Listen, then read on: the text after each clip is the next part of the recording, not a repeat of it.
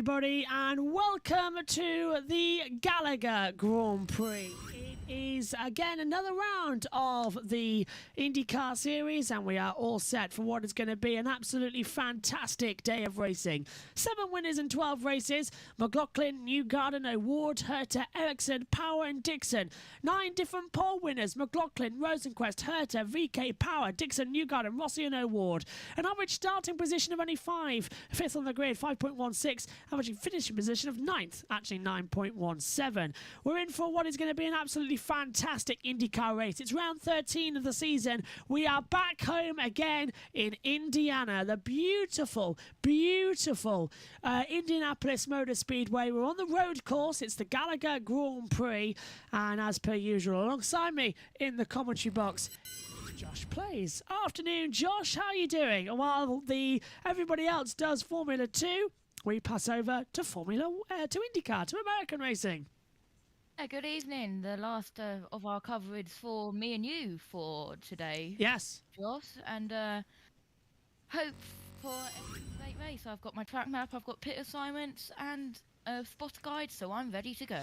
Absolutely, I am too. It's a long time coming to go green, and we literally can't wait to go green. 85-lap race ahead of us, as everything's changed over on my laptop. If we've just joined us and can't remember, the laptop has actually changed. The computer's changed all my graphics around again, so everything's a bit of a mess at the moment. But fingers crossed, it will be okay shortly as well. Let's get over though to Indianapolis, because we've got Lee Diffie to talk us in for the command. At highvdeals.com for your chance to take home the big prize. On this crossover NASCAR IndyCar weekend, we got the whole family here, including Rutledge Wood. We say good afternoon to Rut.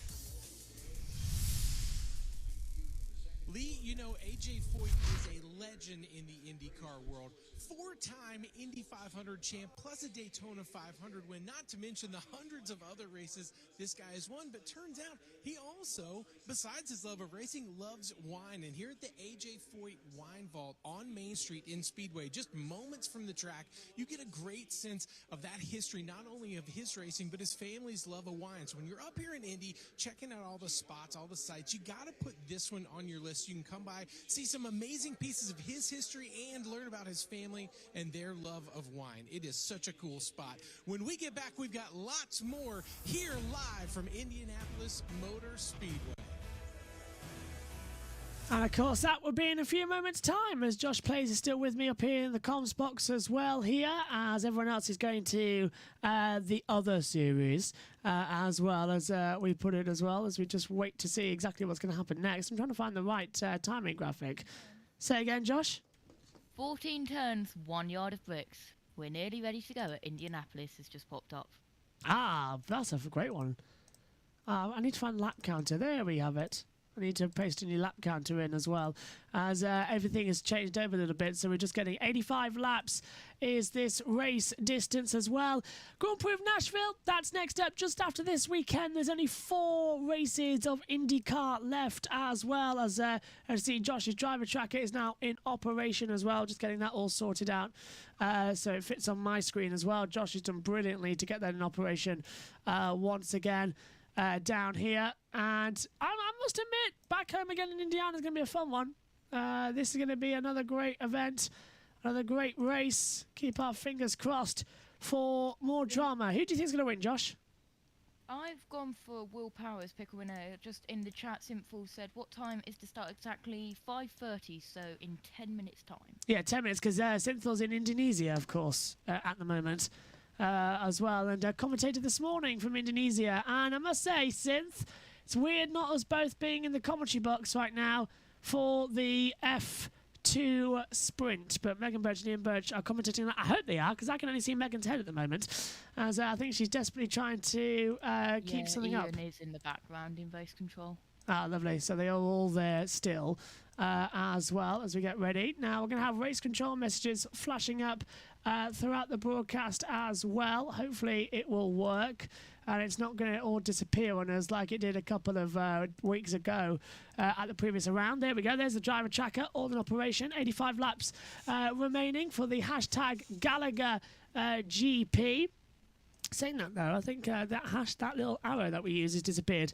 Back over to Chris McCarthy. In with us on Sky Sports F1 as we build up to round number 13. My name's Chris McCarthy. You can get in touch with me on Twitter at Chris McCarthy32. Send in your questions to hashtag SkyIndyCar as well. We've talked about some of the drivers who have won around here in the past. There's plenty of drivers out there who have won around here, just maybe not in the main IndyCar Championship. The likes of David Malukas won here in Indy Lights. We've also seen the likes of Rinus VeeKay, Colton Herta and Jack Harvey win in Indy Lights. Pato O'Ward is a win around Indianapolis and Pro Mazda. Carl Kirkwood has won round here in USF 2000. So plenty of drivers out there who may not have won at this level, but on the road to Indy as well. So lots of winning experience out there. Let's hand back to the guys at NBC. 2.5 miles to go. O'Ward is on the attack. Here comes Pato. Ericsson won't let it happen. Marcus Ericsson wins the Indianapolis 500 in the most dramatic way. You did it, buddy. You just won the Indy 500. I can't believe it. I'm so happy. A marvelous weekend at the Brickyard, and it is the NTT IndyCar Series that kicks it all off. There's nobody better on this track in an IndyCar. Will Power wins. Hey, man. Way to go. Been here 6 times now in this victory lane, so pretty special place for me. The racing capital of the world, Indianapolis Motor Speedway.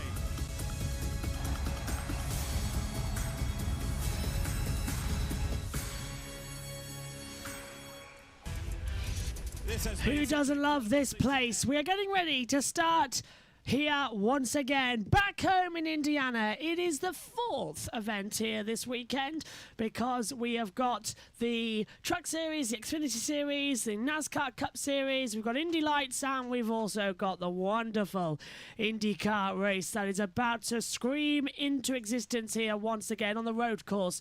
Hello to I Write Books. He says, hello everyone. Hello my friend. Nice to see you again out there as well. As we're getting ready for the call to start the command. Family members from Gallagher, Shannon and Matthias Michelangeli. Racers, start your engines!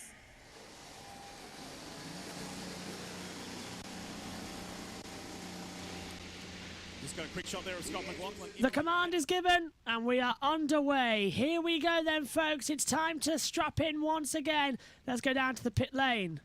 Tinchcliffe. And on this crossover NASCAR IndyCar weekend, we welcome in Dale Earnhardt Jr. Jr. won't be with us for the whole show, but mate, it's great to have you here. What is this Dale crossover Earnhardt Jr. weekend Hello, mean to my you? friend. I mean, you're such a fan of all forms of racing. We get to spend time with you at the beginning of each year at the Rolex 24. Great to have you here on IndyCar. Yeah, I love to see it. And I like to see the drivers from each series show much interest in each other. And you see Cup drivers on the boxes during practice for the IndyCar and things like that. So it's kind of cool because you want to know, you want to see these guys maybe get behind the wheel of each other's cars and try it out. Man, this is a tough racetrack. Hinch gave me some laps. I know so much more about it now than I did before, so I'm really prepared for today and tomorrow. During this morning's warm-up, Kyle Larson was on the Ganassi pit box. Jeff Gordon, Kevin Harvick were watching on with a lot of interest. That's what this crossover weekend is all about. And as the cars are released from pit lane, let's get to your Gallagher starting grid. And we say well done to Felix Rosenquist of Aaron. Indeed, here's the starting grid then. Felix Rosenquist takes pole position here today. Alongside him is Alexander Rossi on the front row. Row 2, Pato O'Ward and Will Power. Row 3, Joseph Newgarden and Christian Lundgaard. Row 4 sees Alex Palou and Rinus VeeKay. Row 5, Colton Herta and Connor Daly. Row 6 sees David Malukas alongside Simon Pagenaud.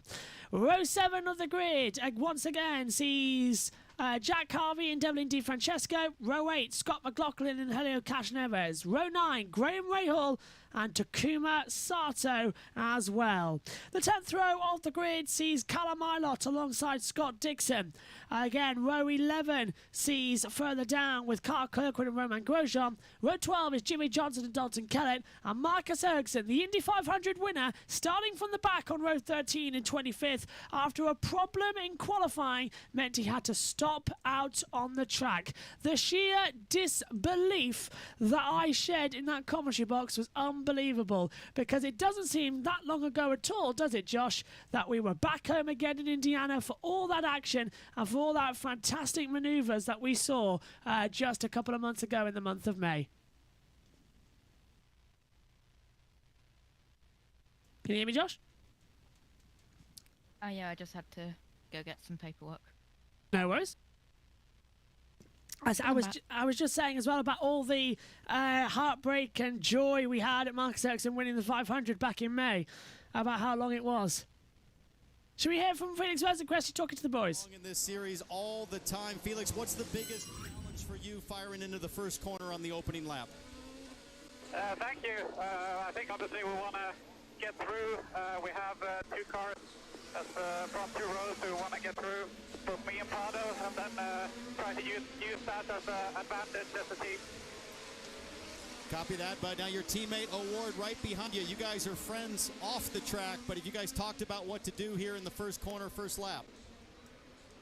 Yeah, I think we got a pretty good idea what to do. I told him if he passes me, we're not friends anymore. Good stuff. All right, great job on the pole. Good luck today. Hey, thanks, Hampton. I think it's really encouraging. Nice to hear from the guys out there in the pit lane then that they're all friends. All's fair in love and war out here as well. Hopefully the green flag button is going to work, but let's take a look at Indianapolis and this Indianapolis road course as well. We know the 500 and we know the Indy course pretty well. We've raced here once already this year. The first two corners pretty similar to Formula 1, so it's turn 3 and turn 4. But where it differs is down at turn 5 and 6. Formula 1 needs to loop back around on a hairpin. It's a 5-6 chicane now. Then it goes down the Gulf Straight into turn 7, then a reprofiled section as well. 8 and 9 as a sweeping left-right. Turn 10, harpers back up before he leads back onto half at the banking before then coming into the new section. Turns 12 and 13, different to what we use for MotoGP. They go through the hairpin layout as well, and Formula 1 needs to go right round the last banking corner here as well. So it's all change and for the better. Just like to point out that our TV pictures, because Sky Sports F1 aren't showing this live in the UK, they are showing it on the red button. Yes, it's in HD, but we believe we are 30 seconds back from the TV pictures. So apologies that the timings are going to be a bit ahead. Let's go down pit road. See, they'd love to convert it. It's his first win in 3 years. There's a good chance of that happening today. Alex said earlier this week, and they've got maybe the best race pace in the field, but qualifying here has always been their struggle. They got that part of it figured out, obviously, as he rolls off from second today. Now it's time to finish the job. Perfect execution down in the pits. Another trip to victory lane at Indianapolis may be in store for the 2017. Kevin. Dylan, no one has had more success here than Will Power. 5 wins, 6 poles, starting 4th today. The car was not great to start the weekend, but he told me I'm a contender.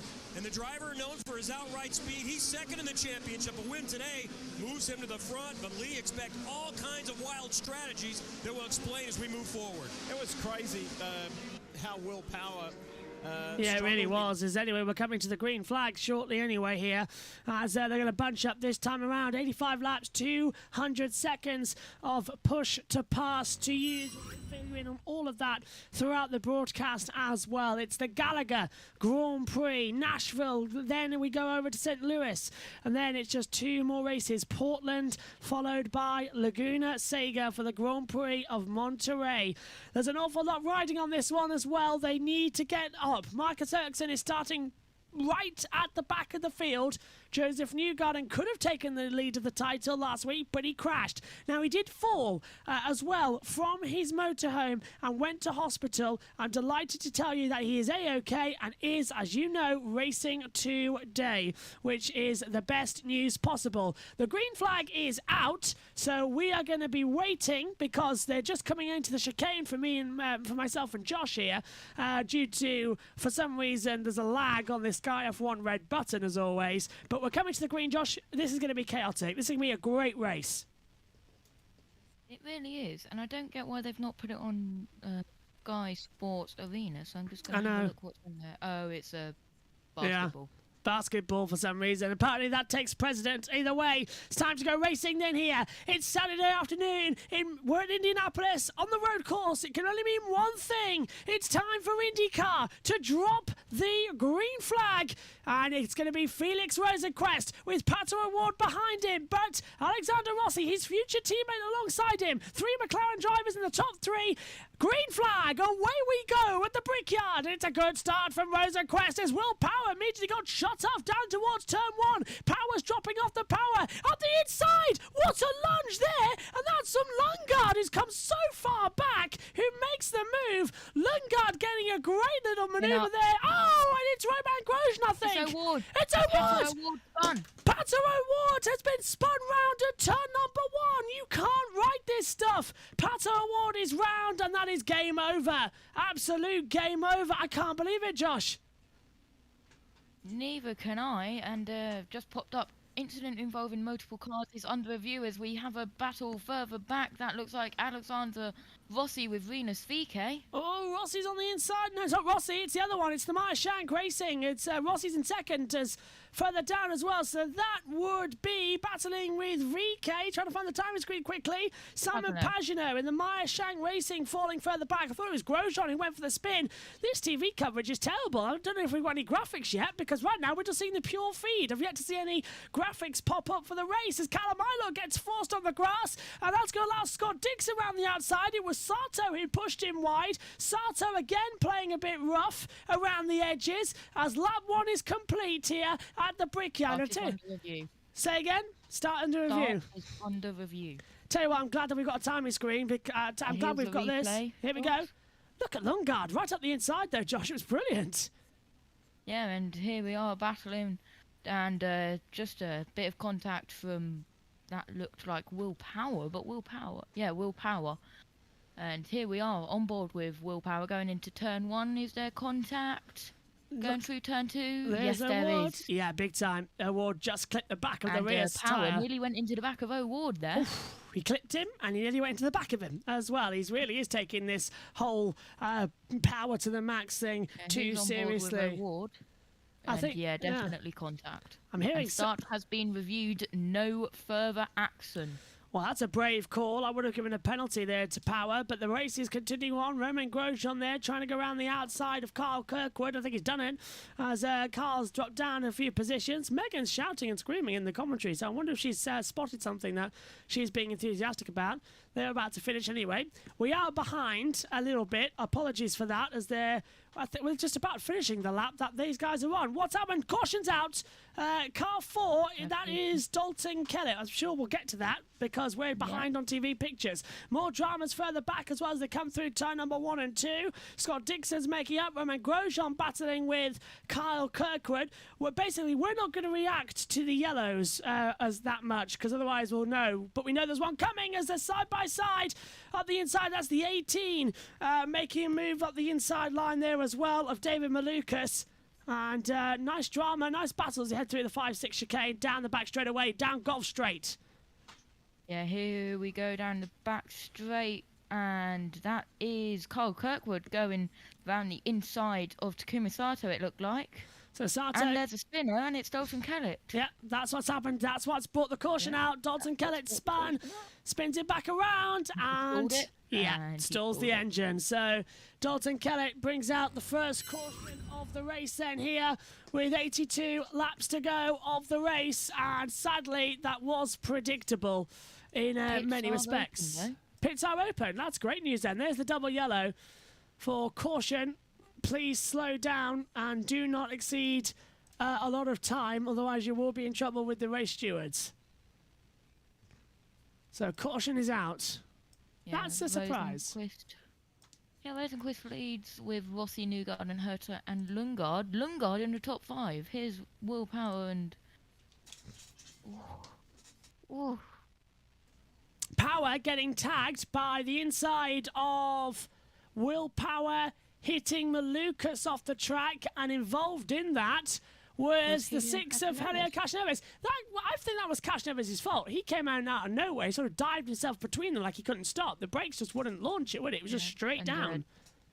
Dalton Kellett just lost it by himself, and just seen on the incident with car 4 is under steward's review. Quite right. So there must have been some contact somewhere, which I didn't see. Well, we didn't see it on the TV pics. Live pictures now. With Dalton Kellett got it started, so we should be green soon once Kellett has caught up. Yeah, I can't. He's caught up by the end of this next lap because he's in the driver tracker. So that, again, TV pictures being so far behind is not ideal in a live motor race. Sky F1 really have dropped the ball here. They're not showing it. They're showing it live on a red button, and they're not showing it until 9 o'clock, which is completely after the end of the broadcast. Why they're not showing it directly after the F2 race, I don't know. But I think Ted's notebook is taking priority. So I think it's actually 8 o'clock, so it's a couple of hours away still as well. That they've got to wait for it, but caution's out, pit road. The other two that made all those gains, Rahal and Dixon, they're on the primaries. And I mentioned Power, and we talked about the championship battle, and as he falls back to the field, he's losing that advantage with Ericsson starting toward the back. Power now on pit road here. Kevin Lee standing by. Take it away, Kevo. I heard Will on the radio say terrible driving. I don't know if he's referring to himself or what dropped him from 4th to 16th. So he's going to come in. I wondered if some would go ahead and what the hope could be here. It's a 3-stop race. If there are more cautions, maybe you can still get home. I was told that some, if it stayed green, might come in as early as lap 8. Super safe, hope for a little caution. That's what these that stopped here. Takuma Sato is also rolling by, and also Pato Award, who had the early issue, takes a stop here for Fresh Firestones. Josh has got news. Yeah, there's a penalty for car 2 of Joseph Newgarden. Give back 2 positions, and Newgarden is in 3rd. So we'll have to drop for 5th, and that is for track limits. We can't get away from track limits in Formula 1, but we still can't get away from track limits all the way in America for IndyCar, as green is standby. Go to green, so we are coming to green shortly. Yeah, again, as I said, TV pictures massively behind the live timing, which is very handy indeed. Let's hope it doesn't show us the checkered flag.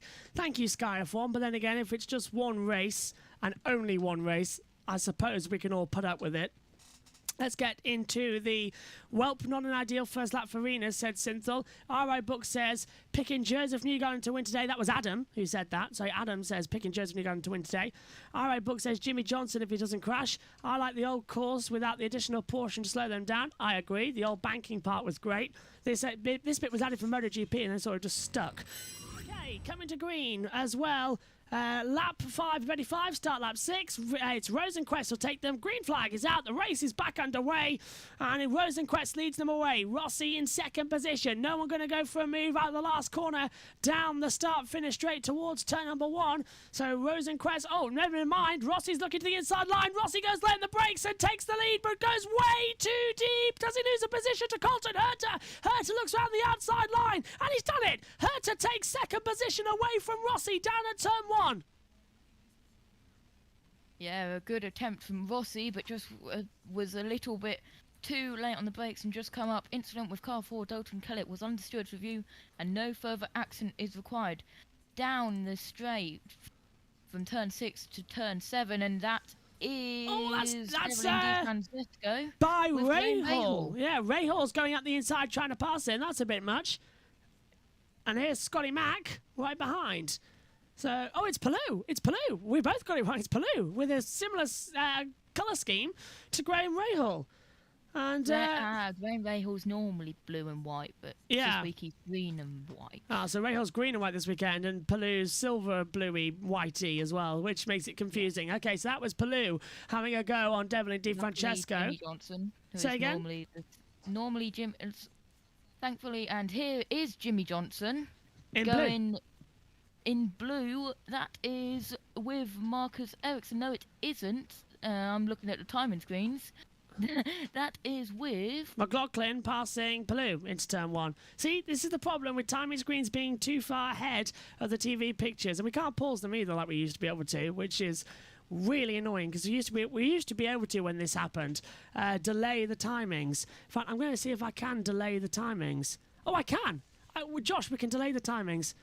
How many seconds is the gap? We need to work that out. They've just crossed the line. So I reckon it's around about 48 seconds. I'm going to delay the timings by 48 seconds as well. See if that works out for some reason. Ray Stewards, go on, Josh. What? Sorry, I've delayed the timings by 48 seconds. As we now come back on, there we go. Can you delay the timings on the IndyCar website as well?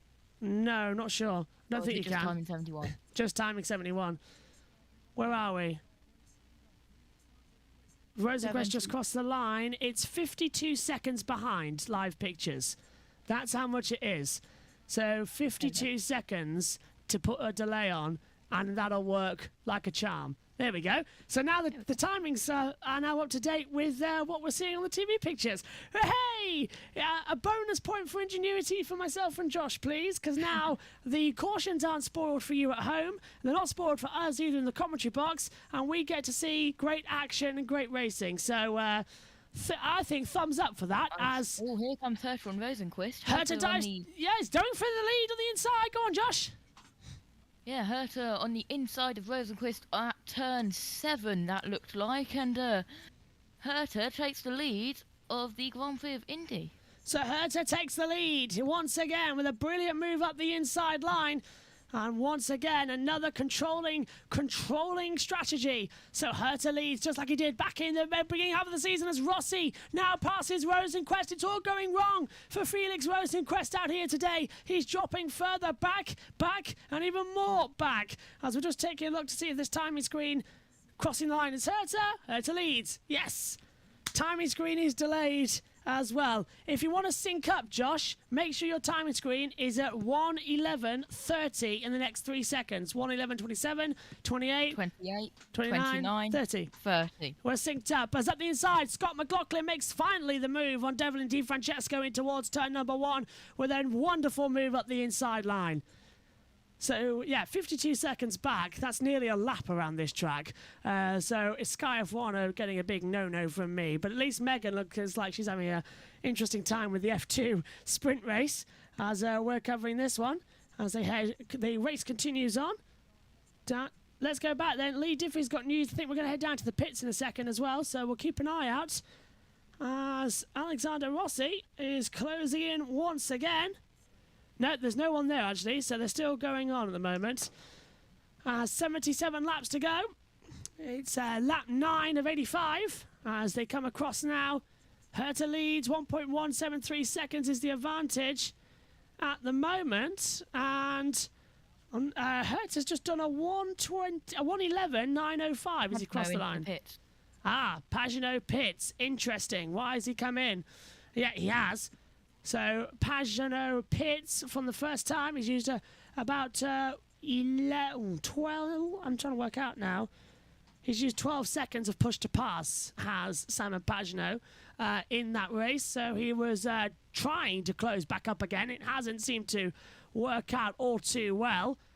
As McLaughlin passes Daly. So McLaughlin's up there. I think we're about to have a whole havoc of pit stops coming through because this is the first pit stop strategy. The pit window's open, I'm being told in my ears.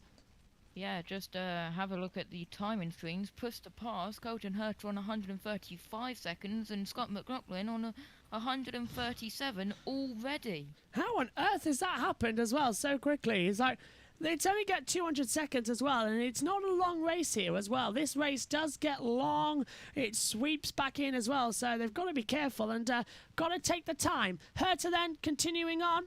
We're going to go down to pit road. This is a replay of Herta taking the lead of the race. On the inside. Up the back straightaway on Felix Rosenquist. Textbook move. Ducks out of the draft, hard on the brakes, up the inside, makes it work. Yep. And in half of a lap, Felix has lost 4 positions back and forth. He's holding a lot of guys up there behind him. Right, pit stop time is on operation as well. Now it's started. We made it to lap 11. We want to get off these primaries and a bunch of cars into pit lane. Dylan. Scott Dixon in charge from 20th to 14th. They'll pit now, make a front wing change for sticker red tires for Dixon. He's on the charge early. Kevin. Rinus VeeKay has lost a lot of spots. He started 10th, was slipping back, so they'll go ahead and come in and put on the the alternate reds that are going to be faster. Will they last long enough? This should be good enough to get home on a traditional strategy, though. Last year's winning strategy. Thanks, guys. So VeeKay 7 seconds, Dixon 6.3, Castroneves 9.6, Malukas 7.1, Ilott 7.6 seconds is the gap as VK leaves the pit lane side by side with Alexander Rossi. VK wants to get back up there and try and find a way through. Rossi shutting the door. Sorry, not Rossi. I'm doing it now. It's Simon Pagino in the 60 that's going out there as well. They need to differentiate these cars because it's way too hard. You look at it and you think, oh, it's Rossi because it looks like the 60 from an angle looks like the 27 of Alexander Rossi. Go on, Josh. I will work on getting a snipping tool up of Castroneves and Pagano's cars side by side. It is horrendous. Yeah, it's a really bad livery. It's Blue Pits, pit road. Thing here, he was the best starting of the Ganassi cars. No go to work as well on the Pelot machine. Front wing change and adjustment for Firestones, and Pelot's out and away. Junior, do you enjoy the nuances and the differences? I mean, this is a weekend of celebrating motorsport, the sport that we love. NASCAR, IndyCar crossover weekend. Do you enjoy looking at the differences? Oh, absolutely. I mean, you know, the cars definitely focus on different parts of the racetrack and react differently going around the racetrack. But there are some similarities. As we watched the Indy cars practice yesterday, watching the back of these cars move around so much, just not used to seeing that. And we know that all too well in the stock cars. But this abrasive surface tire degradation really plays a big role in this race, even for the IndyCar guys. And you can see the backs move around as they try to force through the infield. Yeah, it really does, Dale. And I was talking to Colton Herta before this race. We discussed how the theory in the paddock is that the alternate tires are going to be the better tires. I spoke to Colton Herta before the race, and he said, yeah, our plan is run those primaries as long as we possibly can, because at least one of those sets of alternates is a used set. They're not going to be as good, so Colton doing a great job extending this session on his primaries as more cars come into pit lane, Kevin Lee. Yeah, more cars coming in the pit lane. But Megan, what is she up to, Josh? What is going on down there? I'm looking at Megan's screen, and she's sounding absolutely hilarious. Let's go through the pit stops first. Right now, he's putting on a scuffed set of alternates. Connor Daly has got sticker reds right behind him. Connor running 6, and he's slow getting out, and there's a problem. Oh, no! And there's a problem for the 20. It's stuck in the pit lane. He's going to have to refire the car. So it's another problem for Connor Daly. He's stuck in the pits. He's getting going again in the 20. Rahal's in there too. They've refired the car on the sticker reds and they've sent him out again, Josh. But problem there, 25-second stop. But what is Megan up to? What was all that about? She is screaming at the stewards. Why? Who are they giving a penalty to? They are investigating something that they've already given a penalty to, apparently. Oh, Megan's not going to be happy with that incompetence then, as we see now Rosenquist coming under pressure from Scott McLaughlin. Rosenquist goes to the outside line. McLaughlin has the inside line down to turn 1, and McLaughlin takes the position away with a wonderful move. The checker flag's out, though, so the race is over for Megan, which will delight her. Literally. Yeah, go on. I literally had my checkered flag to the side, so if we were on the pit lane, I could just show you that. Well, that can go now. Well, I can see it on the. I've got Megan's live stream up on the YouTube studio up on the desk as well. Pit lane. Ready to come in, so obviously they're trying to do something different and play the longer game at this point, but there is now still no movement on the 7 pit. Pretty sure I heard Taylor Kyle say. So they're okay for the next minute then, as well as Megan's having more problems down there. Looks like she's had enough of her sanity and she's got to commentate tomorrow. Herta pits, Herta, Rossi and Lundgaard all coming into the pit lane now as well. So this is it then, lap 14 of 85. Last time we raced on the road course earlier on in the year, it was throwing it down with rain. This time around, it's bright blue sunshine and hot temperatures as we head down pit lane for the lead changes. What, Dylan? And Rossi wouldn't be the first one. They said they wouldn't be the first one to pit to take the blacks off. They've been really happy with their black tire pace here, but they'll put a set of sticker reds on now for Rossi. Send him out. Kevin. Remember that contact at the beginning with Colton Herta and Will Power? They told Colton, we think you've got a little bit of right side body damage, so be careful. There's nothing you can do about it at this point. Plus 1 turn of front wing. Herta is back out, and he's in front of Alexander Rossi. Colton Herta won here earlier in the year to kick off the month of May, even though we did race at Barber in May, but to kick off the month of May, and he won in spectacular style in a mixed weather race, both wet and dry. He and his band played this week. They played a gig here in Indianapolis. His band is called the Zibs, and he did really well. He entertained the crowd. Megan. If he wins today, that might have to become a tradition, Hinch. He might have to play. It might be. What's she up to, Josh? Megan apparently keeps hearing that you are there coming into the commentary box. Who by? I'm not coming into the commentary box. I'm busy with IndyCar. So, Josh, you've got the graphic up, which shows us just how crazy it really is out there. So, Julio Castroneves and Simon Pagenaud are teammates. Castroneves has a black halo and a pink bottom. Don't check that out of context, please. And Pagenaud has a pink halo, and a black bottom. They're just the same team, but switched around. So, and then Rossi is also pink. And then this weekend, Jack Harvey and Rinus VeeKay have decided to be all orange. Yeah, it's really bad. It's really hard to tell who's who in this field. As Anyway. Grosjean stalled.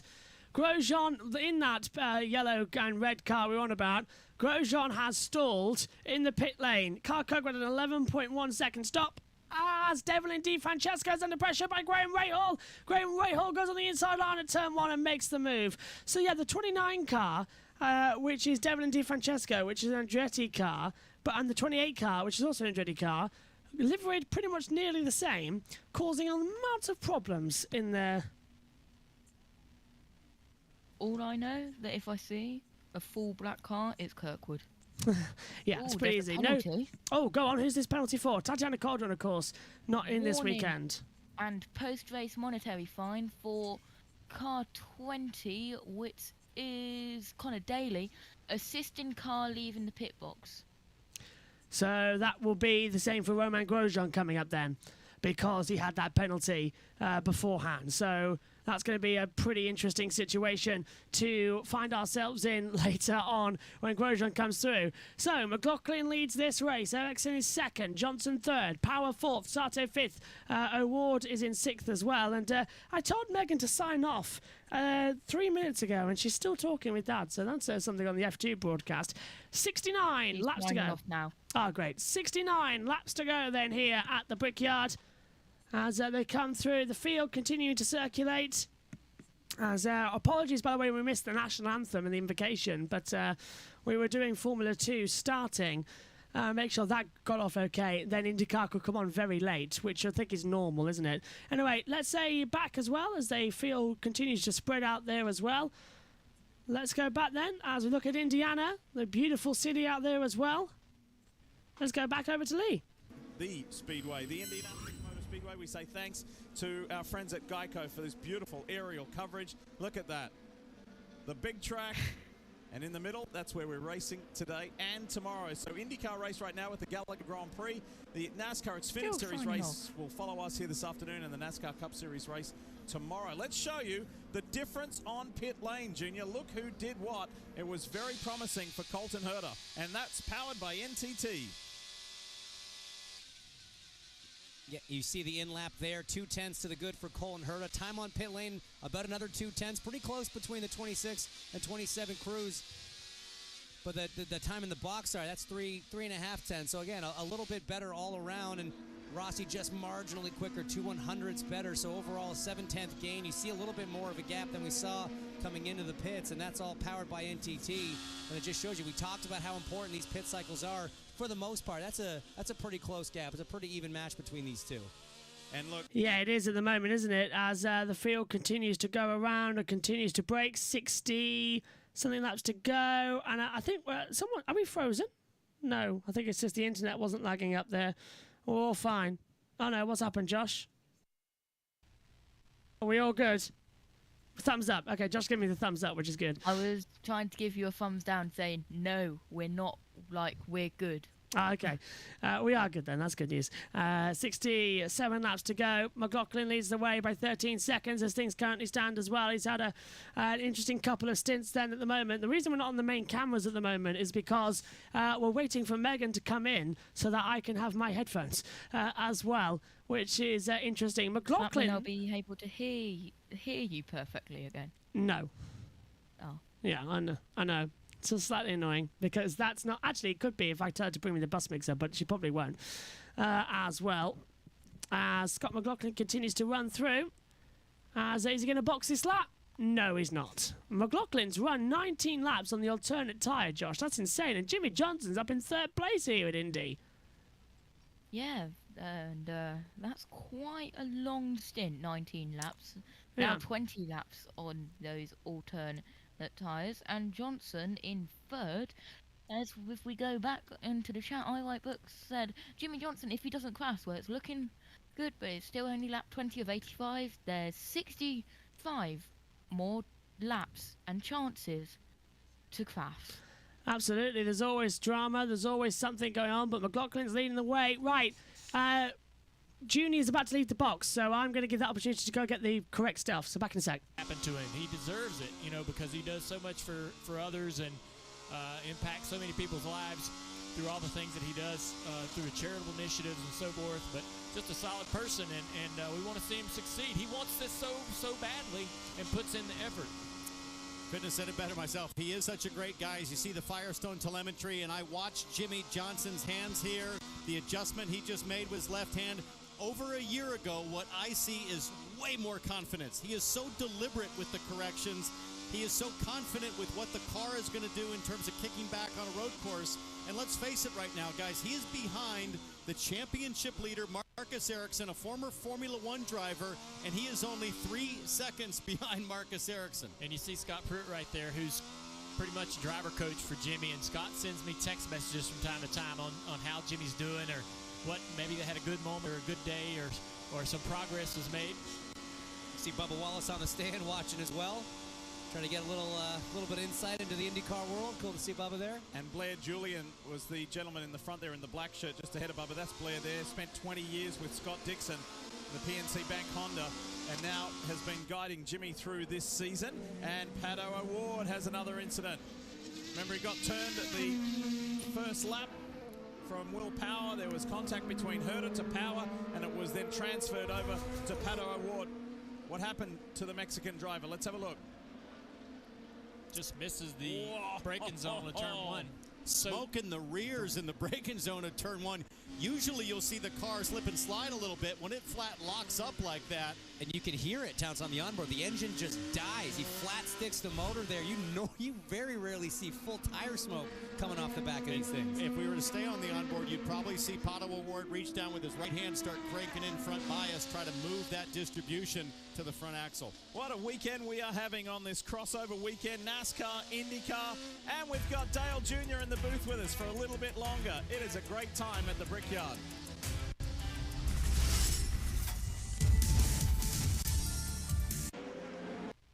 Perfect timing then to switch off the ones and get back to the correct headset as well. And hopefully, in a second, let Josh Plays hear us absolutely perfectly if we can get this correct bus mixer in as the race is going on. As McLaughlin leads the way, Josh, at the moment, and having quite an interesting race out there today. Yeah, it's a 15.475 gap now, and on board with Pato O'Ward. No, that's not Pato O'Ward, because... Oh, yep, it is. It is Pato O'Ward, yeah. How about now? Is that better? Are we back on the correct ones? Got an echo. I wonder what that's causing that. I'll take a look. Anyway, Dalton Kellett is coming into the pit lane, so Dalton Kellett is pitting this lap, we're being told, out there on the circuit. He's back out.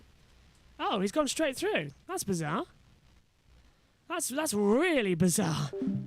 Yeah, that's really bizarre coming through. As can you hear me okay now, Josh, by the way? We've changed over headsets and changed everything over. And I thought he was going to leave the box, but it looks like he's actually rejoined. Anyway, let's take a listen then as to come through. How are we doing? How are we doing, Josh? This is music to my ears. Is it better, finally? This is literally music to my ears. Yes, look, there we go. Look, the correct headset I have got back. No more having to use the backup one as well, which is a phantom power. So it is actually quite warm at the antenna or the connector. But, yep, we've got our correct headphones back. Scott McLaughlin, the leader, comes into the pits, Josh. Yeah, finally. Scott McLaughlin pits then after quite a long time out there on the circuit. He needed to pit after running 22 laps on those tyres with 63 to go. Marcus Ericsson is coming into the pit lane as well. So it's all eyes to the front. How are you watching the race, might I ask? It's not on Sky. It's on... Oh, Josh has answered it. Yes, the little R. Sky red button. Press the red button in your Sky remote and you'll be watching us with us. Here's McLaughlin into the pit lane then. Lot of splash of fuel going in. 4 tyres getting switched over. He was on the alternate. It's going to be put on the black primaries. Let's listen. Down pit road. This is going to be his primary run. This is the less preferred tire. It's more durable, but not nearly as fast. McLaughlin is back out, but that was a strong stint. Marcus Ericsson, championship leader, had an engine issue yesterday. Check out McLaughlin coming up. McLaughlin's coming in then. Here comes Johnson leading the race. Power second. McLaughlin's coming out on the pit lane. Does he get out ahead? Crucially, though, of Joseph Newgarden. I think he did. So do of Alex Palou. So it's finally working, Josh. And yes, we've got our bus mixer back. But don't get used to it because it's literally only because Megan's finished with it for the day. Tomorrow we won't have it at all. Yay. Like, at all. We won't have it at all. Which is fun. At all. Won't have it at all. That's going to be difficult for me to hear the race, the radio messages and down the pit lane. Yep. Dad, do you fancy going up north tomorrow? And I'll tell you one thing as well. Our guest commentator is going to have a right field day. Not being able to hear that much. So, yeah, we're on Sky Red Button. The entire thing is being shown again on Sky at 9 p.m. or 8 p.m., one of the two. British time. I think it's 9 p.m., isn't it, Josh? As there goes. That is Will Power taking the lead, but that is Romain Grosjean taking an overtake back onto the circuit, and that's Grosjean trying to pass. It's got off the screen. Kyle Kirkwood. There we go. If you're a Sky Q or Sky Glass customer, make sure to press the red button to watch IndyCar live. Yeah, pretty much how it is. Red button is there. I got no sound, but I can watch. Well, at least you've got us. If you haven't got sound, you've got us, and we'll filter in everything that you're missing, so don't worry. As we're on board with McLaughlin, currently having another slipstream battle around the circuit. As Dixon's on a 15 now as well. He's down in 15th position, is Scott Dixon, so even he's having a terrible race of it so far as the rest of the field come through. Can you still hear us, Josh? Yep, you're all good. It's not on the YouTube, it says. It's buffering on my end. That's weird. Yeah, I'm giving myself a little wave to see if it's working at the moment. Yep, you're still on the stream, you're good. Are you? Oh. Yep. Anyway, oh God, we've got McLaughlin now in 7th. My stream's all good. Really bizarre. Yeah, and Power leads with... so, Takuma Sato... Do you say... Sato has pitted, did you say? Sato has come into the pit lane? Sato has come into the pit lane and is 3rd. Right, I thought so. I just wanted to double check that Sato had indeed pitted. That's all, that's all. Yep. Everyone has pitted according to my... on the public address last year on NBC. He's not Kevin Lee. Unfortunately, hear cheers today, running near the back. They've had a throttle sensor issue yesterday, brake issue. He said, we basically started our weekend today. Thought they were good, but he had some sort of a power issue. They told him to go into emergency mode in the first stint. Michael Andretti told me, we don't know what it was. And then he stalled on pit lane, unrelated, and now is running at the back. And it's unlikely to get a whole lot better. It's going to take a lot of luck for Grosjean to get back in play today. Oh, boy. And there's just one of the issues. And, there goes Romain Grosjean then in the middle of the field, not having a great restart, and he's struggling now, down in 23rd position in this race, as I did see your dog just sort of looking absolutely bored and exhausted as well. He hasn't done any work today. We've done so much already, and this is the last thing on the list for Saturday. Sunday is going to be even worse, I can tell you that right now. Pit road. Squad, there's your team boss Michael Andretti up on the stand of the 28. But that test really provided some pace for these cars. You see their teammates essentially leading the race in 3rd and 4th right now on the right strategy. So a missed opportunity for Grosjean in the 28 car, no doubt. So, Michael Andretti down the order. Will Power leads the way then at the moment in this race. We've got Pato O'Ward in 2nd with 59 laps to go. We've got Herta 3rd, Rossi 4th, Lundgaard 5th. Sato is in 6th position. 7th at the moment then will be from McLaughlin. Newgarden is 8th. Palou 9th. Pagenaud rounds out the top 10 as things currently stand here, Josh. I'm being attacked by my own lamp. Your lamp? Yes. Well, you can't wait to be in the new studio for Nashville next week then. pit road again. Blimey, it's busy. Debut here last year, phenomenal qualifying, getting into the Firestone Fast 6. Ended up finishing 12th in the race, but doing his first full rookie campaign.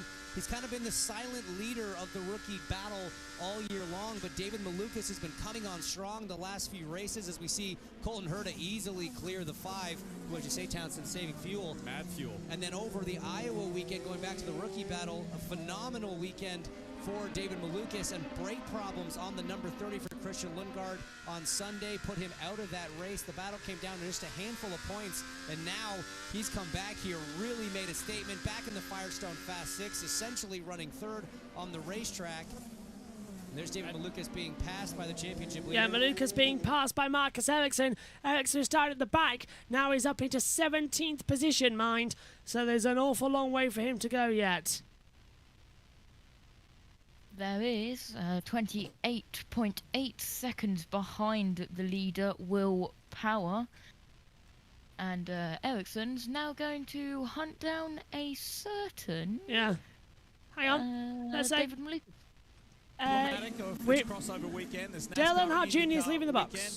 Have fun, mate. Big day tomorrow with the Cup race. Big afternoon this afternoon. Thanks so much. It was a pleasure to have you on IndyCar. What are your thoughts? Yeah, just excited. This turned out to be a great race right here. Really curious as to how the strategy works out for everybody. Always fun getting in the booth with you guys. We'll see up the inside, passing the 5. Such an amazing job. So much great energy. We really pull off of you guys and everything you do. I think we all make each other better.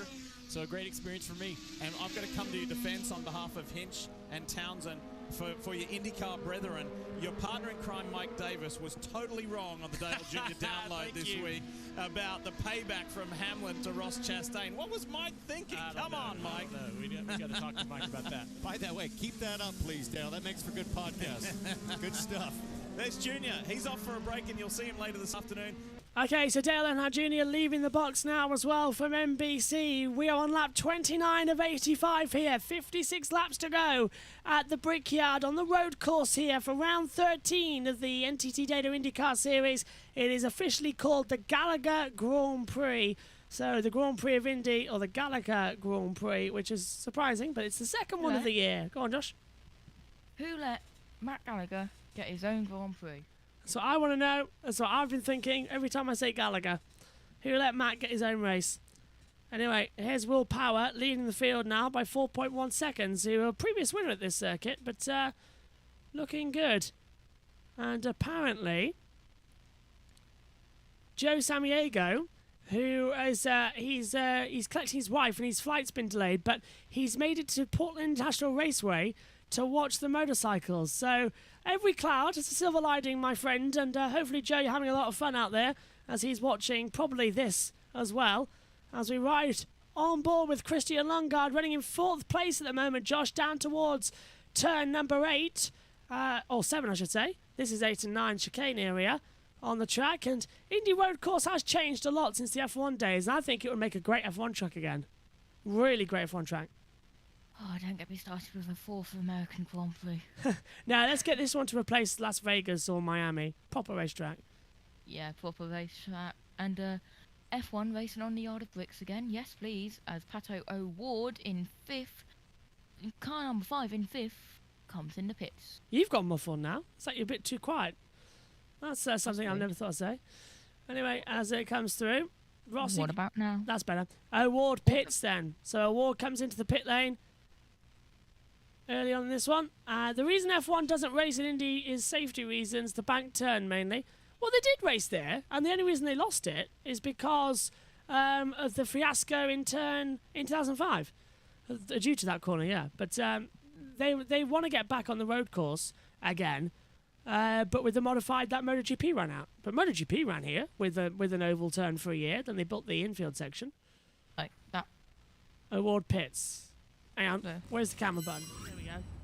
Like down there and then... Yeah, that's the old F1 layout. And then F1 used to go around the old banked turn 14, which was turn 1 for us. It's going to be a bit darker out there. That's the last thing we need, more rain. We had that back in the first couple of races, back in the very early days of May as well, when Richie was in the commentary box with us for that race. And it turned out to be one of the best IndyCar races of the year as well. Different tyres now. So yeah, worse tyres now, though, just to say. So I doubt the Pirellis could handle the banking. Bridgestone were and still are the best tyre suppliers in F1 history. Bridgestone really were great. Yeah, Willpower and Takuma Sato Pit. And this weekend, Josh. Go on.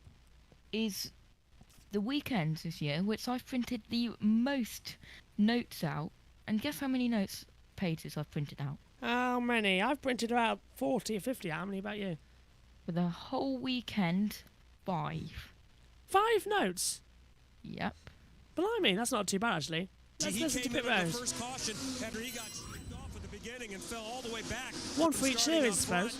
He'd like to do it in one more stop, but it's going to take massive fuel save or a caution to be able to make that work. Yeah, himself, Pato Award, and another driver came in on lap 4. So now we cycle back to what is the real running order with Colton Herta at the top, Alexander Rossi second, Rahal Letterman Lanigan's Christian Lundgaard third, and then Scott McLaughlin, who is off strategy from that top trio. He runs 4th at the moment. Look at that. Yeah, there's a lot of battling out here at the moment then. So Herta leads, Rossi, Lundgaard as well, McLaughlin going into that position. Now here's Venus VK for Synthol watching as well. VK is in 8th position, Palou's 7th, and I hope VK... Actually, Synthol, what time is it over there in Indonesia? It must be an unbelievable time as well. Quite early in the morning. 8 hours ahead. Yeah, so 2 a.m., 3 a.m. Blimey, Synth, go get some sleep. Anyway, here comes the back half now as we take the wrong time to go side by side through the previous sessions, because it looks like Rosenquist is looking for a move on the inside down to turn 1 to pass Alex Palou. He didn't make it there and backed out of it a little bit too much. So I love how it says live when it's not live. Well, it is live in America, but it's not live for us here on Sky F1, annoyingly. No. 50 seconds back. And the TV pictures go bye-bye again. Yep, TV pictures breaking up. Glad that's not just me. Here you go, look, on the inside line. Rahal's going to go through on the inside of Rosenquist. Rosenquist going to go on the inside again of Alex Palou. And Palou gets mugged off there. And that was great from Rossi, but where did Rahal come from again? Yeah, Rahal is like the sitting duck and pounces when he can. Absolutely. He's just bouncing all over the place at the moment.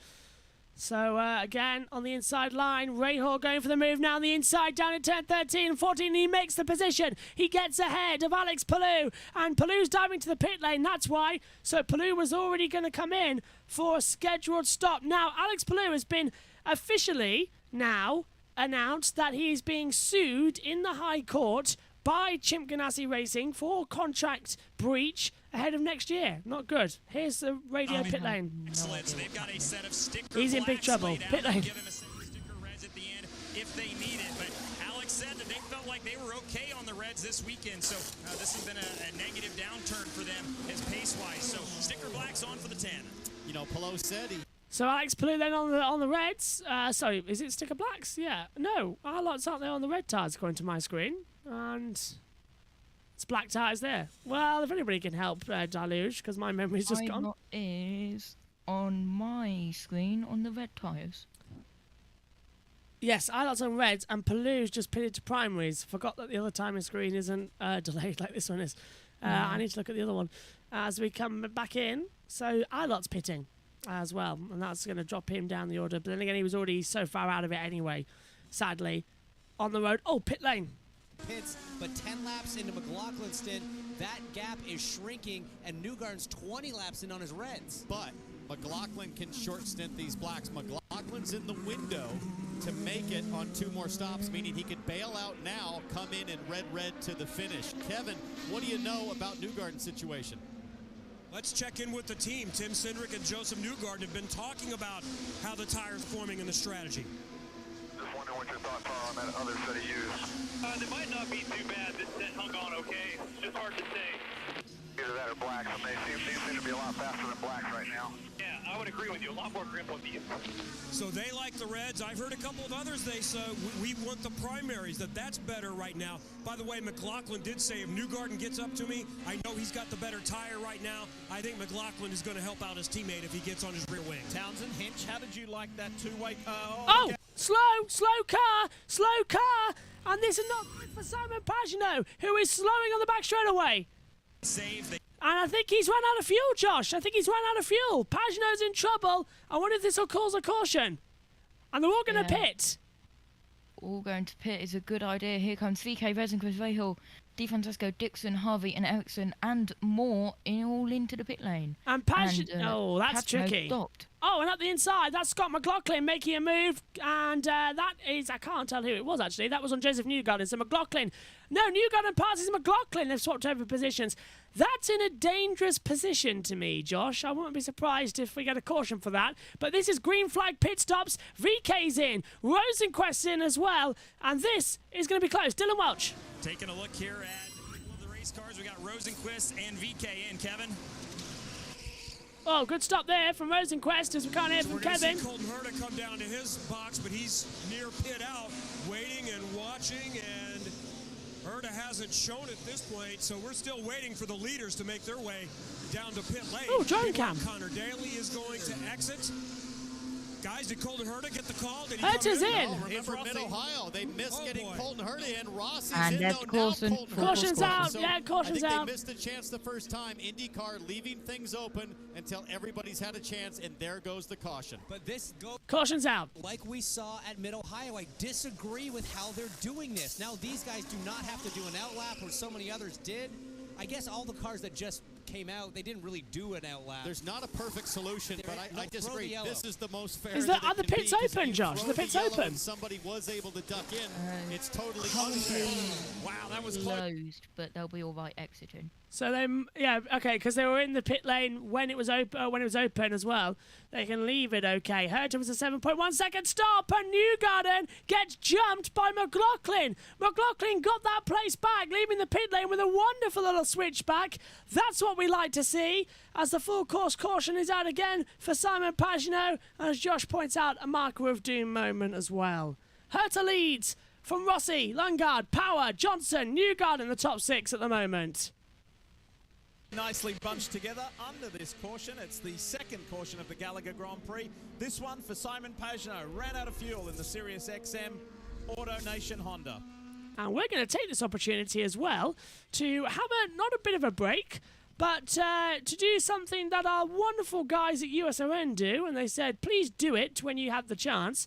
We're going to pass over for a couple of moments under this caution to USRN, who are covering this race on the radio. Simon Pagenaud's car is moved backwards as well, which is all good news, all good news. As we come in, actually, we can't actually find it right now, which isn't great. We need the Mixlr app as well, so let's see if we can see it as well. Josh, have you got the Mixlr on there? Because I haven't got hold of it actually at the moment, but the caution's out with less than 50 to go here as well. Just type in USRN on Twitter. That usually gets up with something as well. It's through the field, shall we? We've got Herta, Newgarden, Rossi, McLaughlin, Lundgaard, 1, 2, 3, 4, 5 out there as well at the current moment in time. And I think we've now got access to the Mixlr radio, which means that we're going to throw over for a couple of moments now. Actually, I don't know if they're live or not. Well, I'm hoping there are, because I can't see them. Get the questions coming in, and love to hear from you throughout all of this one as well. And actually, can't see them. So, guys, if you're on there, can't see you. If you want to step in and help out, but let's go down to Craig. Let's go down to Craig McCarthy. Marcus Chris McCarthy. Ericsson down there in 16th place. Joseph Newgarden in 7th. So they're scattered around all over the place. Scott Dixon is 14th. Pato O'Ward, after early drama, is in 8th place. And then Alex Palou in 13th place as well. So our championship leaders are all around the place. But out front, a man who has won here before, Colton Herta. He runs 8th in the championship. He's leading the way from a man who's desperate to get back onto the top step, and a man who's never been on there before in rookie Christian Lundgaard. Let's go back to our NBC crew, to Lee Diffie, James Hinchcliffe and Townsend Bell. Let's go back to them now. Season, you can catch up with Jimmy Johnson on Carvana's new docu-series, Reinventing the Wheel. Go behind the scenes with Johnson and his crew as they face new challenges and adventures on and off the track. Check out the full series on carvana.com/racing. We are still under caution. It's the second one on the day for the Gallagher Grand Prix as we welcome you back. Lee Diffie, Townsend Bell and James Hinchcliffe. It was really good to have Dale Earnhardt Jr. with us earlier. And also doing double duty this weekend is our Rutledge Wood. Go to Rutledge. Lee, you know, the late, great Robin Miller wasn't just one of the greatest automotive journalists of all time. He was also a guy that loved Indy, and I'm at one of the places that he loved most. This is Working Man's Friend, and this is a great spot where Robin would come here, bring a lot of friends. He always ordered the same thing. He would order a double cheeseburger, no middle bun, burnt onion rings, and then he'd order a Pepsi. Now, this was always his order. Apparently, no one else at the table would get in the onion rings. He always kind of just had them to himself. And this is one of his favorite spots. But, guys, the real joy, Christopher Bell is hanging out over here in the corner, and he just got hit up because Santino Ferrucci came in for lunch, didn't bring any cash, and that guy right there, Christopher Bell, bought him lunch. How cool is this? So much history. I think Robin would be really proud to know that that just went down, guys. Robin loved his all-American food, that's for sure. We used to have a great deal of fun at his expense. We'd say, Robin, come and have sushi with us. I ain't eating that. Stuff looks pretty good. I'm thinking about calling in an order right now. Compliments to the Bell family. There you go. Just put it on the Bell tab. The T-Bell tab? Well, You're the paying the family. All right, Christopher. Oh, yeah. I was going to say, not that Bell, your Bell. I can vouch. That's a good burger, man. That place is awesome. So everybody... So the caution's still out then. Here, a longer caution as they try and remove a few cars out there as well. And I think Josh is very happy to take his headphones off because he's switched to a handheld mic. Hello, hopefully you can hear me. I can indeed. All okay to me. Awesome. Oh, it's so hot. It's nice to take the headset off, isn't it, for a while? It really, really is. Oh, hang on, a bit too quiet now. Bit too quiet. That's okay. That's fine. That one there. Awesome. So who do you think's going to take it as we getting ready to come back to green? I think this lap should be this one or next. Who do you think is going to be on the full attack here today? I think Will Power will be on the full attack, but also Christian Lundgaard, rookie in third. Christian Lundgaard in third. What? I know, completely out of it at the moment. As we are going green this lap, the pace car is coming in, so not going to sit down anymore. Time to stand up and get all the action in. Balls of the feet stuff here. Approaching half distance here at the Brickyard. Let's see how far we can go for this one. Third start of the day.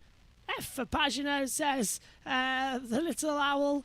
Green flag is back out. The race is on here at the Brickyard. And it's a good restart from Colton Herter. Rossi's alongside him as well down towards turn number 1. Lundgaard's further back. It looks okay to me so far, Josh.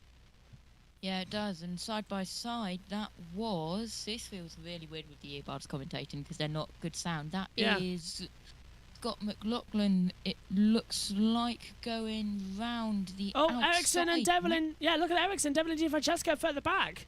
Di Francesco shut the door. Still in front of Ericsson, but Ericsson wants to change that. He wants to change it. We wanted to see it changed as well as they flash through the 5-6 chicane. Devlin's too far back. Here comes Marcus Ericsson now, pulling to the outside line. Now switching back. That's VK trying to pass. And that is, I think that's Rahal passing Rosenquist. It is. So Rahal goes to 11th, Rosenquist down the order, and Ericsson didn't pass. That's all there. Devlin Di Francesco. Yeah, Devlin Di Francesco and Ericsson still battling it out behind. That is Rahal and Rosenquist still battling it out. And look how much. And here is Ericsson looking up the inside of Devlin Di Francesco going through turns 12 and 13. Just getting side by side with them as well. Oh, something's happened there. Ward's gone up to 8th. VK's down to 9th. And a great save there as well. Look further back. 1, 2, 3, 4 with Power. So looking further back behind VK as Sato comes under pressure from Rahal, who dive bombs him at turn 1. Rahal pushes Sato onto the grass. Sato loses it back, but that was all Sato's fault. He reacted to Rahal coming through and put himself in the grass, not that from Rahal.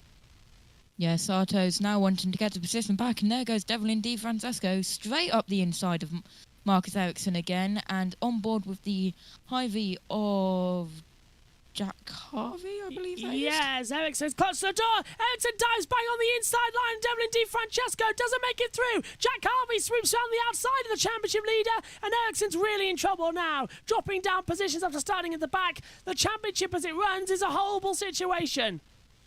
Yeah, excellent. Back to 17th, and I would grab the. Ooh, what happened there? I would grab the live points as they run, but then we'll lose the driver tracker, unfortunately. Yeah, leave the tracker. We'll do the points at the end of the race as well. More exciting that way. As Pitts. So, yeah, he's running wherever he is outside the top 15. It's 13th right now. But keep in mind there, too, if he was risking it, maybe there he loses even more points. He's only 12 down now. That's better than a DNF today. So that's what they're very Rail passing O'Ward. just taking what they... Ray Hall passes O'Ward. Meantime, further back, Callum Ilott taking a few positions there as well in the number 11. Ilott trying to go through on the inside line. In fact, Ilott's not being shown on the screen. It's not just me, is it? Ilott had disappeared from that monitor. Let me have There he is, the 77 and 18. There he is. 16th. We're losing cars. What's happened here? Hertz. Is that Colton Hertz? What's happened? Something's wrong. Something's going on here. I think we've got a timing glitch as well. But it all looks okay to me. Hertz leads 0.3 of a second as well. Hertz is slowing. Hertz is slowing. You're right. It wasn't a problem. It wasn't a problem. Hertz is slow. He was leading here at the Brickyard, and Hertz is slow at the top of the banking, and it gives the lead to Alexander Rossi, who hasn't won a race in 2 years. Hertz is out. The engine's gone. Josh. Yes, this is amazing, and doesn't sound like he can get it. It's in gear. It's stuck in gear. Can't change it. I didn't realise Simple was here rejoining the commentary box. Perfect time for a caution. If they can't get that in, it'll cause a caution. He's into the pit lane. So, pit the road. Some sort of Achilles going on in Andretti this season. We've heard too many clutch issues between Herta, some of his teammates, as David Malukas has to go wide in turn 1 and take Malukas is in trouble. But for the Gainbridge, the number 26 here, just total heartbreak.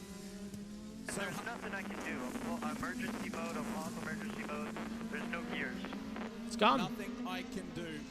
It's completely gone, Josh, and that's just, if that stops in the pit lane, it'll cause a caution and close the pit lane, because they need to get that car out of the way. And on board here with Colton Herta, are we taking a listen? Yep. He did hit the curb awfully hard. Hit the curb and the gearbox went. That seemed very timely. If you listen on that replay, as soon as he strikes the curb, immediately it sounds like you lose drive. There's a whole bunch of sensitive electronics that control the clutch and the gearbox. This is like your laptop computer falling off the desk. Listen here. Oh, hit the curb and it blew. There's no way that's not related. I mean, gearbox, Josh, what do you think? Yeah, we saw on the replay. Here's Scott McLaughlin on Jimmy Johnson, the Carvana. Oh yeah, this is for position. McLaughlin round the out. Oh, they touched!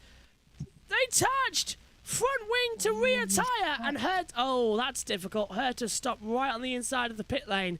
Now, what do they do here? They'll have to throw the caution. They'll have to. McLaughlin leads. So McLaughlin's fourth. Rossi leads with Lundgaard second. Powers third. But Colton Herta is stopped on the entrance to the pit lane just after the yellow entry line. I think it's game over, Josh. Same. They can't work on the car because it's not back in the pit box. And if I have a look at my pit assignments... Yeah, he was quite far down, isn't he? Colton Herta is second to pit out. Yeah, so all the way down to the bottom. No way he can get down. At the end. And... of course, to get to his pit box, we'll have to receive outside help. And that's not allowed, as you said earlier. So he's in absolute kerfuffle trouble out there. Who is that radio? Is that you? No. I heard radio saying, what are we doing in this? Oh, and look up! That's nearly contact! Definitely nearly wipes into the back of Callum Ilott. I'm hearing radio. Down the inside of Callum Ilott. I'm hearing, what is this racing series? Keep going. I'm hearing all sorts of radio in the background of the commentary box. If you're hearing it at home, let us know, because that means it'll be coming from Josh. But definitely not coming from me. I don't hear anything. No, it's coming from the Sky F1 feed then. Oh dear, that's a shame. And already that's Connor Daly locking up, making a move on Roman Grosjean. Made the move stick though. That's him off the track. Yeah. Grosjean's Here's off. of the Devil in D Francesco lock up going inside on Callum Ilott into turn 1, locks up and very, very lucky not to hit the back. And there's the spin from Carl Kirkwood from Alexander Rossi. Oh. I wonder if there'll be a penalty there. Not Rossi. Not Rossi. It's not Rossi. It's Cash Neves. Rossi's leading. Oh. I know. I'm doing the same. I thought it was Rossi. I was in complete agreement with you until I saw it was the 60. Doesn't help, honestly, guys. It really doesn't help. Give us a different paint scheme every single race and watch the commentators squeal. There's and Rossi. Also live timing screens and live TV coverage next time, please. Yes, because we need proper synced up stuff. 40 laps to go anyway. We're past half distance, everyone. So that we can continue going on, as this should take us to around about, well, I'm thinking it's going to take us around about 7:15. We'll be off air for this one as well. And then literally I'm going to have some dinner. And then I'm going to make the pre-show for tomorrow as well. Josh, you looking forward to food? I know I certainly am. Yes, but 7:15. That's 45 minutes, and we've done an hour. Half of it in an hour, and he's getting pushed back by his mechanics. So, hurts it, yeah. No caution there, and I'm surprised we stayed green for that actually, and that's a long run for the mechanics. In this and heat, also an IndyCar official helping out. In this heat as well. That's not good news. Yeah. Let's see really what the not. pit. Let's see if a they're little bit downhill there. Let's see if there's anything in the pits. High V, proud sponsor of Rahal Letterman Lanigan Racing. High V makes lives easier, healthier, and happier. And by Gallagher, insurance, risk management, consulting. Back Don't think they are. In the Gallagher Grand Prix as we ride aboard the Gallagher Chevrolet for Team Penske's Scott McLaughlin. The Kiwi is running in 4th position at the moment. Is it through the field? Colton Herter, if you've just joined us, the race leader who led 17 laps of this 85-lap race is out of this race. He's being pushed back down pit road. His Andretti Autosport teammate, Alexander Rossi, who last won in this series in Road America 2019. That's kind of hard to fathom, isn't it? It has been a long time for one of the sport's most talented drivers. And Rossi said definitively yesterday after qualifying, we have the fastest car in race trim. If we get a good start, we should have a very good day. He was super confident that this was possible. Yeah, running on board with him on the Go on, Josh. Yeah, back of the field for Castro Neves, who's already down in 20th as a penalty. I think it was for avoidable contact, but didn't see it as it changed quickly to Colton Herter is out of the race. So it's time, where is it? It's time to get out. The Michael's doing. Alex's comment was the tires are perfect, so they've got at least some long stint speed as well in this race car, not just when they fire off. Thanks, and Colton Herter is officially out of this race. It's been declared official. He has retired from this Grand Prix of the Gallagher Grand Prix. So add him to your list, Josh, as he already has up there on the marker of doom. That's what I'm looking for. That's the word. It's been a long day. I'm looking forward to some food and bed. Go on, Josh. Oh, I can't hear you. Why are they getting rid of the cars which are easy to spot? Why can't they get rid of the cars that are hard to spot? I know. You watch Rossi, he'll go off the track next. He'll just fly off. Just all of a sudden, we won't even notice. Newgarden in Iowa last weekend. There was, yeah. Pit lane. Kevin, Dylan Welch. You saw it flapping around on your screen. You can see the tire mark there. You see how it's kind of bent up. It's angled up a little bit. But a driver with his helmet on still means there's a chance. He's been told, hang out, we might get there. Is it a half shaft issue? No, because they would have seen that. I mean, would think they would have been able to diagnose that if that was the issue. So it does maybe give you a sense that it's something electronic. But he was in gear when it hit the curb. That seems to be something that set it off. It seems like it's more of a mechanical issue, but... Yeah, look, they're all working on it, Josh, aren't they? Rear wing assembly coming off. As they scramble, they being the Andretti Autosport team, the crew. No, you can't do it. Your lap's down. Further down in the field, Elio Castro Neves is being sent to the back of the field for avoidable contact. There's what Josh was talking to you about earlier on in the race as well, a few laps ago. Was it avoidable contact? It was indeed avoidable contact. You were completely correct there. Why he's been sent to the back of the grid here, and this is why, I believe. This is on board With Connor Daly Daly. and Devlin DeFrancesco. Whoa! If that's going to pull off from Connor Daly, he deserves a medal. Devlin forces him wide. Oh, that's a shame. But Maluka shuts the door on him as well. Well, that's just not good there. Give Connor Daly some respect. That's a penalty for... Needs to be kicked out of this racing series. He's an idiot. Box him up. Keep going. Yeah, Devlin DeFrancesco, who caused 3 cautions at Texas, not been very happy. He's not happy with everybody. After Texas, the entire IndyCar community in the next driver's briefing gave him a right going to as well in the press conference in the next race as well. I don't like Devlin DeFrancesco, to be fair. He's a bit of a moron driver. Yeah, and causing, as you said, tons of cautions, and is currently 19th out of currently 23 runners, with Colton Herter and Simon Pagenaud in the pit lane. Yeah, left in this race as well at the moment as they continue wide. Oh, and that's Devlin saying that, going wide at the exit at turn 12. Yeah, and Jimmy Johnson from 9th goes into the pit lane. The Carvana top 5 as of lap 51 of 85.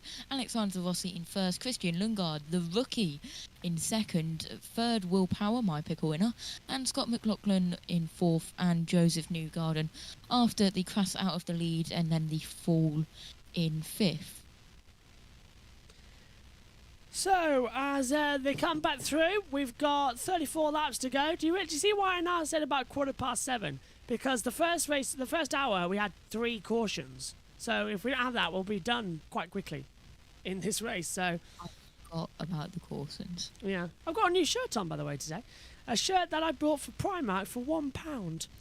This shirt was £1 from Primark, and embarrassingly, it is a 34 and chest size, and I am not a 34 chest size because of my shoulders as well, and my sides and my chest. I am a around about, I think, a 39-40. I know it's 16.5 inches collar size, but it works very well open, I thought, and so did others. So that's why I'm wearing it today. Go on, Josh.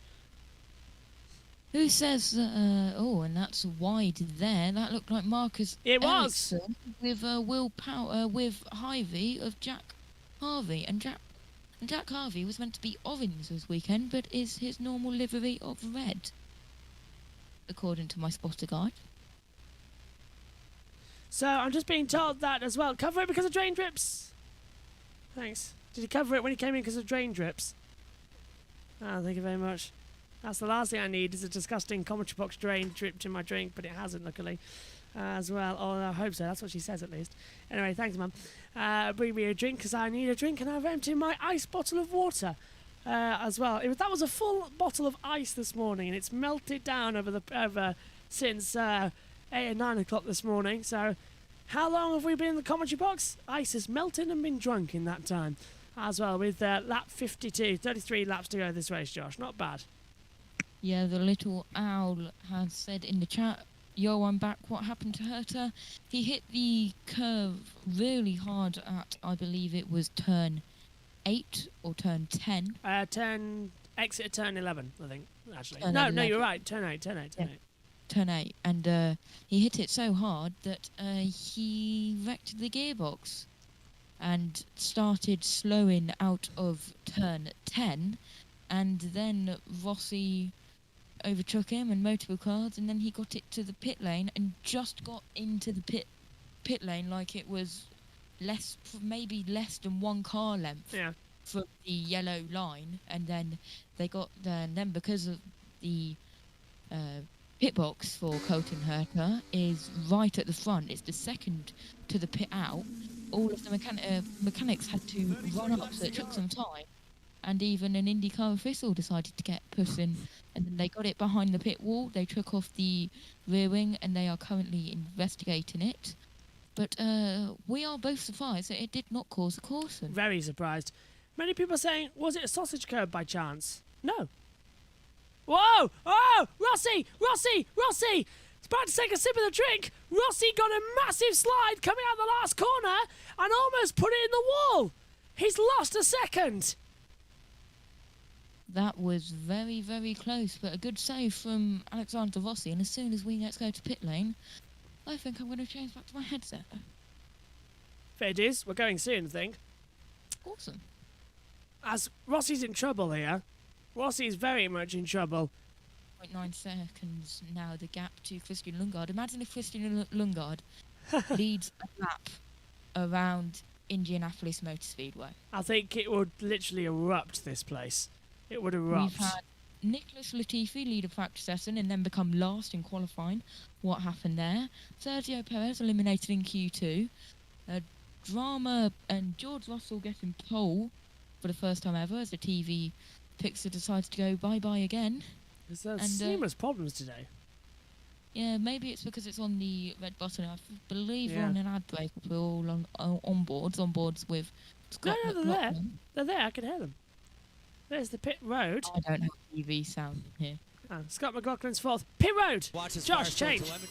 You can see how well he's doing. You can see he's keeping pace with Will Power in front, keeping two-time series champion and teammate Joseph Newgarden behind. I think this guy came here as a quote-unquote rookie, but with a tremendous amount of high-level racing experience. And so as he gets more comfortable with these cars, more familiar with these racetracks, he's proving that I think in a year he can be a genuine title contender. Well, I think the I think that was a quicker change than what I did earlier on, running back from the commentary box. Josh has got his headphones on and got his mic plugged in and everything, all set up. So Josh is back in the comms box as he bends down just makes sure it's all okay. That was very well done. Very quick change around as well.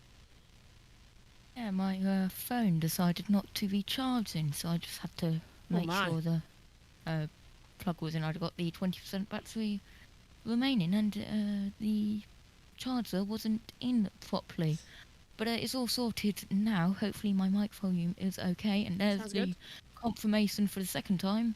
As it said, Colton Herta is out of the race for off course, but now it's corrected itself and is out of the race for mechanical. The Little Owl has said as well that penalty Liverpool, the score is currently 1-1 in the start of the community. Is that the Community Shield, or is not the Premiership until next week, is it? So is that the Community Shield?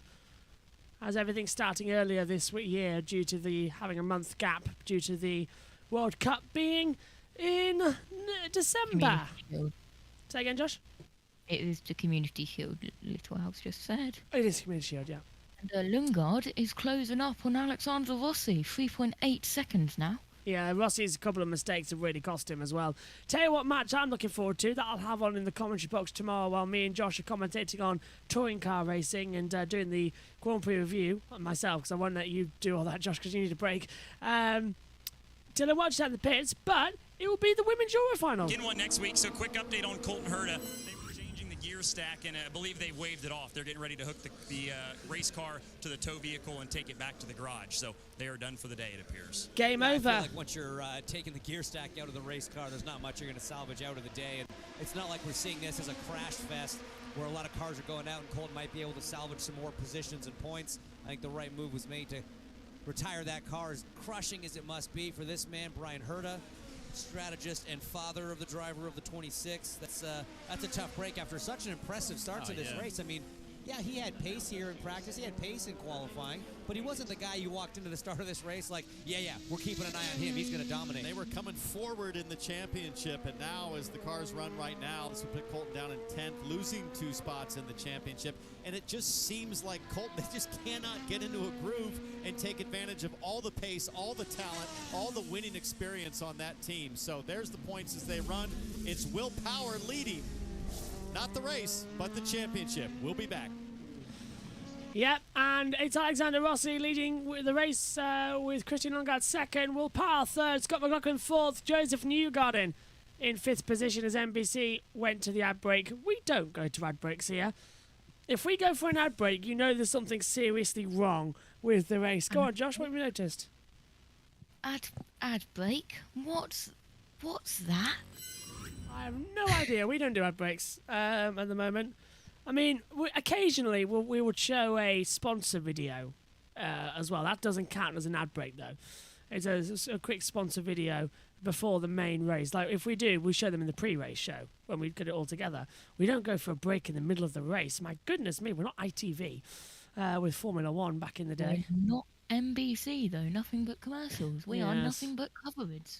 Yes, absolutely. Nothing but coverage, everything. And I think this weekend's proving it as well. This is the day of this is the end of day 2 of a very long weekend. Go on, Josh. Yeah, I quite like how I came up with that. That was incredibly good. I like that, yeah.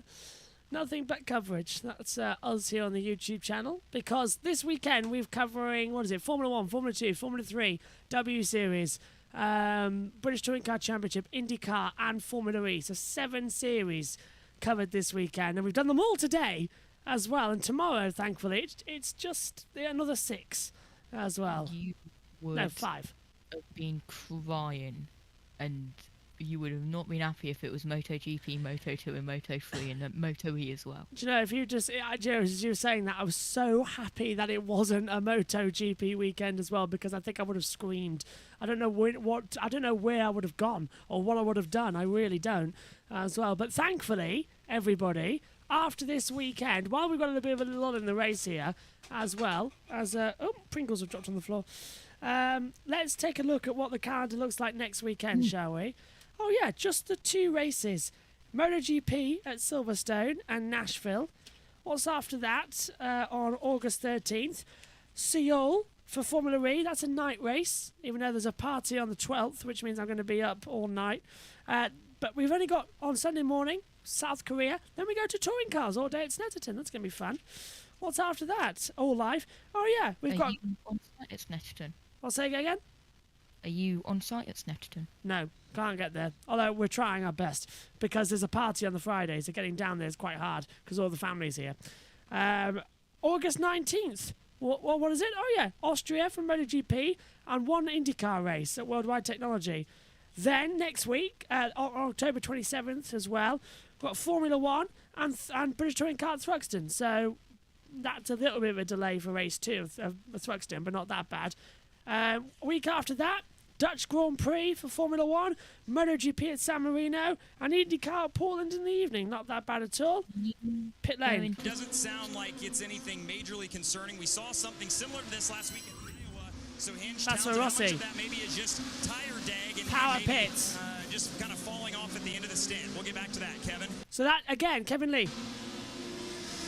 Power down the number pits. I kept hearing is you want to get to lap 60. That's safe to make it home, so Will Power is going to hit that mark. It's still a fuel save, but it should work out. And he's got a set of sticker reds. This is the preferred tire. Everyone's it's in. Softer, it's faster. Last stop for Will Power, pitting from 3rd, getting all the fuel he can in there. He's out and away. So too was Scott Dixon, as you saw in the PNC Bank. Everyone's down the pits. Pato Award in the Sato and Ilott too. Chevy. So Dixon, who had made up 13 positions from his starting spot, having a fabulous run. But here we go. We're right on board with the Auto Nation Napa Auto Parts Honda. And I think, Diff, that vibration that Rossi might be talking about is from the buildup on the inside shoulder of the right front tire with the camber that they run. Not going to be a problem once he pits for that final set of tires. He'll find out if that, in fact, is the issue. But with all the camber here and the fact that it's mostly right-hand corners, you can see that shoulder on the outside, the right front building, and it is asymmetric. So that might be what's putting the tire out around. Yeah, so we did notice that, didn't we, Josh, as well, when we were talking about it, as everyone now starts to dive down pit lane for some green flag pit stops. Rossi was having problems coming out of turn 13. And yeah, going to a 4-second gap now, so a couple of tenths. Kevin? Reds. He has the best spot on pit lane of these. So Newgarden going to his final stop. Remember, yesterday morning, we didn't even know if he could race. Now he's in the mix for the championship, and he's going to win the race off pit road. Ritas VK leads after him, and then it's Graham Rahal in the one Cure car. Everyone's down there, wow. Power relative to McLaughlin. There's Power, Power leads. Power keeps the lead of the Big race. Gap for Power there. Should be good on fuel to the end. Into this closing stanza of the Gallagher Grand Prix. How is this going to shake out? We're waiting. I think, Josh, as well, that's guaranteed. Power taking the lead of the race when Rossi pits, which is now. So if Rossi has got a problem, let's see. Yeah, and Lundgaard comes into pit, so does Scott McLaughlin in 3rd. They're all coming, Josh. Here's Alexander Rossi's pit. What? Yeah, looks okay to me. Set of sticker reds, a lot of fuel going in. Don't stall it, don't stall it, get going. Yeah, that's a long stop there. What was it? 9.2. Here's McLaughlin. down in the pits. Softer red Firestones. Took a while to get that button back on. Final stop. He's been running up near the lead. The blend these in and out laps as we see Alexander Rossi go by. Also Christian Lundgaard, the rookie, having another impressive run. McLaughlin is out and way. Hey guys, let's see where he mixes in. And I had it wrong. That was Newgarden pitting earlier, not McLaughlin. So here's the battle with McLaughlin and Power. I got my blue and white cars confused. Oh, wow, that's takes that long run down pit lane and off the final corner there. There's Power. Cash Nevers leads the lead. Rossi, did he get out in time? I think he did, so Power doesn't improve back. So, where is it? Rossi leads. Lundgaard, Cash Nevers, Power. So it hasn't changed a thing. Rossi keeps the lead of the race, according to the timing towers, as things currently stand here at the Brickyard, with 24 laps to go at the Gallagher Grand Prix. Well, that's a disappointment. Well, at least that, and here we are with Jack Harvey and David Malukas. Harvey going on the inside of turn 1 and gets the move done. Nearly took off Malukas as well, actually, didn't he? Chopping the front nose cone off and just got ahead. So, great news there. Salah scored the penalty. It's 2-1. Is that to Liverpool? I presume so, if they had the penalty. Yeah, Liverpool penalty. I've never been looking forward to a pizza more in my life as well. There's a cheese bake as well. Harvey and Malukas battling again. Malukas trying to get that position. Yeah, he won't do it, will he? Harvey had the outside line and he had the position to just shut the door and say, no, you're not doing that today, my friend. You're going to go nowhere. At least we know that we're both not blind as a bat, and even NBC are struggling to identify cars, so at least it's not just us. It's not just us. We're good. There's the 20, though, of Connor Daly, as my headphones have a bit of a power. Oh, and Hallard scores, but it's offside, so it could have been nearly another goal. Don't know to who, though. Could have. I believe that is Man City. I'm not a football person. I neither might. I thought they might be fighting City tonight as well. In the Community Shield. I know probably Dan's watching that in the main house as well. Pit lane. They grow in moments of adversity like that. You know, going that long without a win, it definitely highly motivates Alex. But I think he's always known it's not through lack of ability. You know, it's through lack of circumstance. It's through some unfortunate situations, outside of his control. He's always had a belief in his ability, and all he needed was a day for things to go right or just not go wrong against him. And so this is, I think, what we're seeing right now. Sorry, did you say that athletes grow or groan? Because I've seen a lot of groaning out of Rossi those last 48 races. Well, I've seen both. But let's look to the left here, powered by NTT, the pit time differential. Alexander Rossi versus Lundgaard. Look at the advantage to Lundgaard on the in-lap. Time on pit lane, 3.5 seconds basically to the good, but the time in the pit stops 4 seconds quicker to Christian Lundgaard. So it was a 1.5 second gain. We kind of saw that on the track gap, but right now Rossi is controlling it at 2.5. It's holding steady. Lundgaard doing a great job hanging on to Alexander Rossi. 2.5 seconds in arrears. Lundgaard is on Rossi, who we ride with. Lundgaard has less push to pass left over these closing 21.5 laps.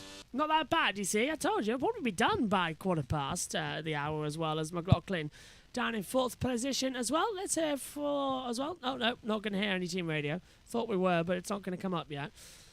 Out there on the board, Alexander Rossi leads the way with Christian Lundgaard 2nd. Will Power is 3rd. Scott McLaughlin 4th. Joseph Newgarden in top 5. Side by side, Callum Ilott under pressure once again by Sato. Sato goes too deep. Ilott tries to come back, and replay of this is a pit stop of Chris McCarthy. Off the car, the rear right tyre, you'll see that was the one that had a little bit of a problem. There you can see the car went down and just didn't go on as quick as the others. Seemed that the gun might have just got stuck on the tyre slightly for a second. So that's the problem with Rossi then, Josh. That's what happened. The rear right tyre stuck, as we're seeing, as we cut back to live pictures with 21 laps to go of the race. So that's why his pit stop took so long. Yeah, not the best bit of replay it's there. Some people would have thought that would have been live because the timing tower was still there. That's what I thought. No, it was the same time. It was exactly the same time. I thought, well, is Rossi in the pits? I was looking at the timing screens. I was trying to check everything. I was looking at the driver tracker, but no, he's not. Which is good news to go. 20 laps to go. So that's round about. That's definitely 20 minutes. Yeah. Then another 15 times the 20 as well to count the seconds. Around about half an hour left. which might actually take it to 7:30, 25 minutes past 7. About to say that Colton Herta was in the pits. Then I remembered that he's out. Yeah, so he's out of the race already. He's definitely out. So is Pagano. The 25 starters we had today, not the 26 as per normal. It's looking good. 26. Yeah, say again. Who was the 26th? That is Herta. McCarthy first. 2.7 seconds. Alexander Rossi putting in a good lap there, but the gap I've got my eye on is that gap between Will Power and Scott McLaughlin. 1.1 seconds, and it is coming down. Keep an eye on that one as we go into the final 20 laps. Back to NBC. Coming up when we are done here with the Gallagher Grand Prix. It's NASCAR Xfinity Series racing here from the Brickyard, and tomorrow you can catch NASCAR Countdown to Green on network television on NBC at 2 p.m. Eastern and go racing at 3 p.m. It's a big crossover weekend. NASCAR and IndyCar here at the Indianapolis Motor Speedway, and it could be a celebratory one for Alexander Rossi. Again, he has not won since Road America 2019, where he dominated that race, by the way. For he what did. It's worth. It was a magical win, and this could be a magical moment. Yes, he has won the Indianapolis 500, his first try in 2016, the 100th running of that. He's never won here on the road course, though. He's been on the podium a couple of times, but this could be the moment of his 2022 season. He is off to Arrow McLaren SP next year. He's leaving Andretti Autosport. Somewhere. Let's take a look at Rossi. Some 3 years to Road America. He had to fight with his teammate Colton Herta, who he did with today as well. Yeah, he started second in that race as well, took the lead on lap 1 and never looked back. One of the most crushing performances in IndyCar history. It was incredible, the gap he had at the end. 28 seconds. And wow. That was 3 years ago. And I fully expected back then that we would see several more performances like this. But it's been a big gap for Alexander Rossi. He did it at places like Long Beach as well, utterly dominant a few years ago. But that drought has been big. So Rossi here firmly in control. He's got Jimmy Johnson fighting to stay on the lead lap. We'll see how hard Jimmy defends the race leader. Are we in now pit lane? Yes, we are. Going for a ride, thanks to AutoNation. Let's go for a ride down to the pits. Kevin Lee, who you got? I got another one of the NASCAR stars taking in IndyCar. It's Team Penske's Ryan Blaney. I know you watched for a little while last year, but what do you think of this? It's great, you know. Since we started doing this doubleheader last year, it's been cool to watch and kind of see in the pits, in McLaughlin's pit, kind of how they go about their race. And kind of you can compare it to what we do. It's different, but in a lot of ways it's pretty similar. So I'm big fans of the IndyCar series. Obviously, huge fans of Joseph, Scott, and Will. Hopefully, one of them can win today at RP's place. So just really cool to get to learn how they go about their race. Would you at least like to get a test drive at some point with Team Penske? I would love to. Yeah. Maybe one day.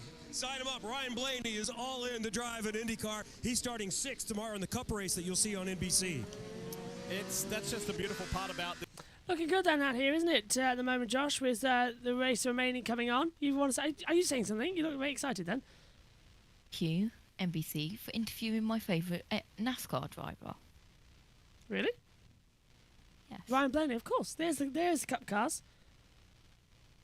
I only thought it was Xfinity and Truck over here this weekend. I was like, why Xfinity and Truck, not where NASCAR Cup is? And I was like, but then NASCAR Cup's here, so that makes sense. Sounds quite fun. Was back operational as well.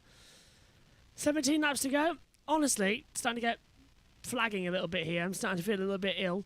Not eating all day as well and been up for so long. As definitely need a break from the commentary box as well. I think I'll leave here and not look back. Although I've got to shoot the Prix stuff for tomorrow as well. As we go back through. As I think Scott Dixon's in 8th position at the moment. And Marcus Ericsson, they've made some great positions in this race. Ericsson started from the back. He's P11 at the moment. And I think shortly we're going to do through the field. Say again?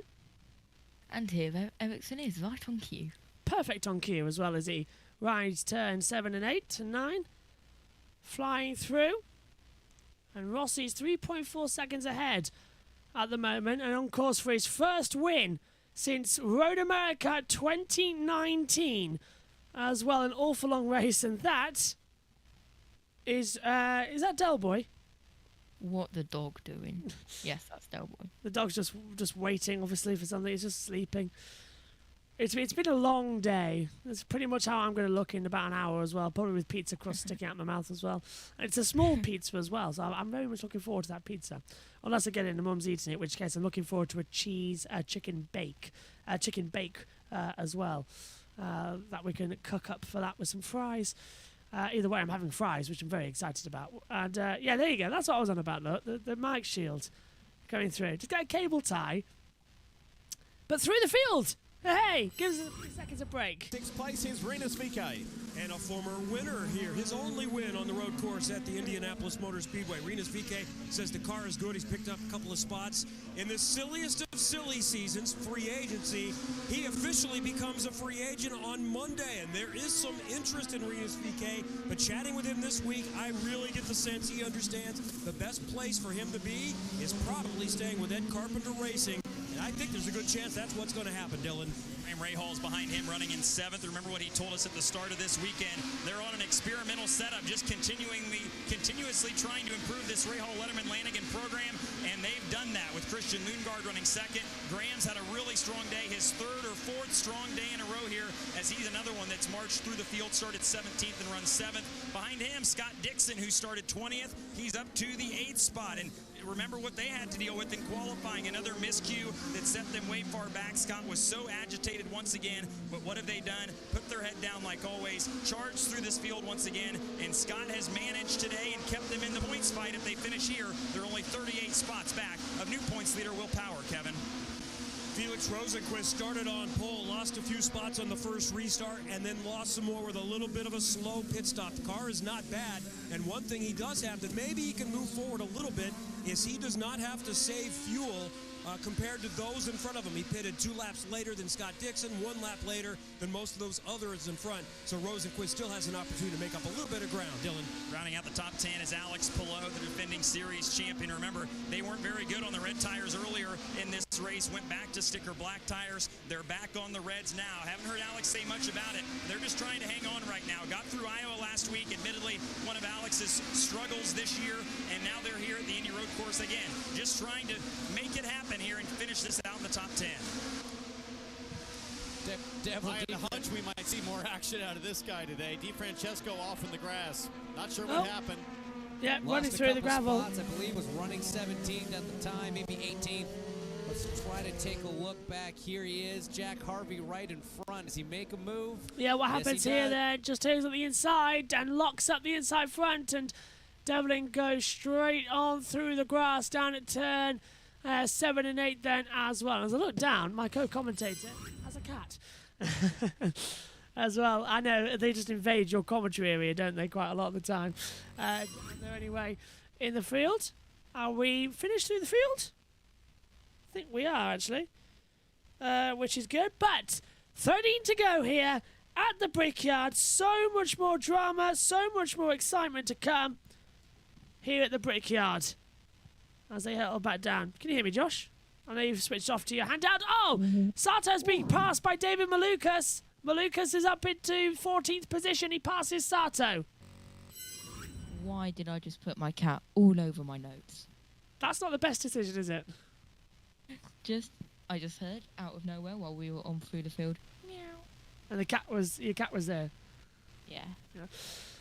That usually happens. Way too much. Yeah, in a humid day with my headset on. Yes, it's too much. And to be fair, that meowing does usually happen. But when I look over, it's Megan just sat there with the headphones on, just eating something, like a biscuit or something. She just crept back into the commentary box, and I haven't heard her with these headphones on, because these ones are noise cancelling that we wear, and the other ones aren't. So Megan can literally just wander in, and I don't notice until I see her on the camera.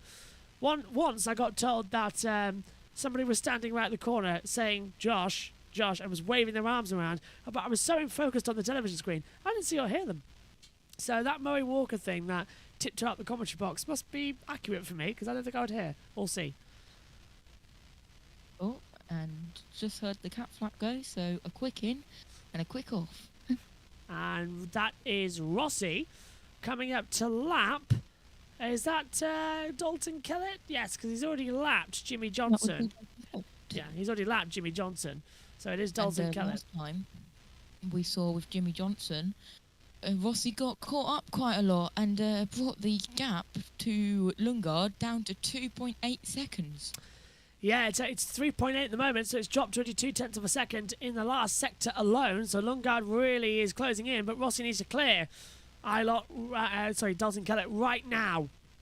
With 12 laps to go of the race, he's starting to slide around a bit. He's on the sticker reds. He should be good to the end of it as well. Fuel should be good too. So keep your fingers crossed here. But I'll tell you one thing. That's the difficult day done so far.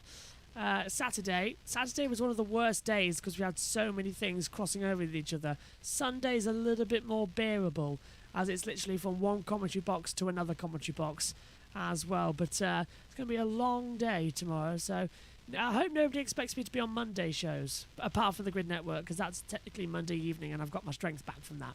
But anything on Monday morning and daytime, no way. Evening, I'm fine. Final score, Liverpool 3, Man City 1. So Liverpool won the Community Shield, first game of the year. I suppose it's like a friendly, isn't it? Because the Premiership starts next weekend. Kind of, yeah. I look forward to that. I always catch the first couple of games of the season, and then unfortunately motorsport restarts, so it all goes. I always make a thing. I'll watch Match of the Day on Saturday evenings.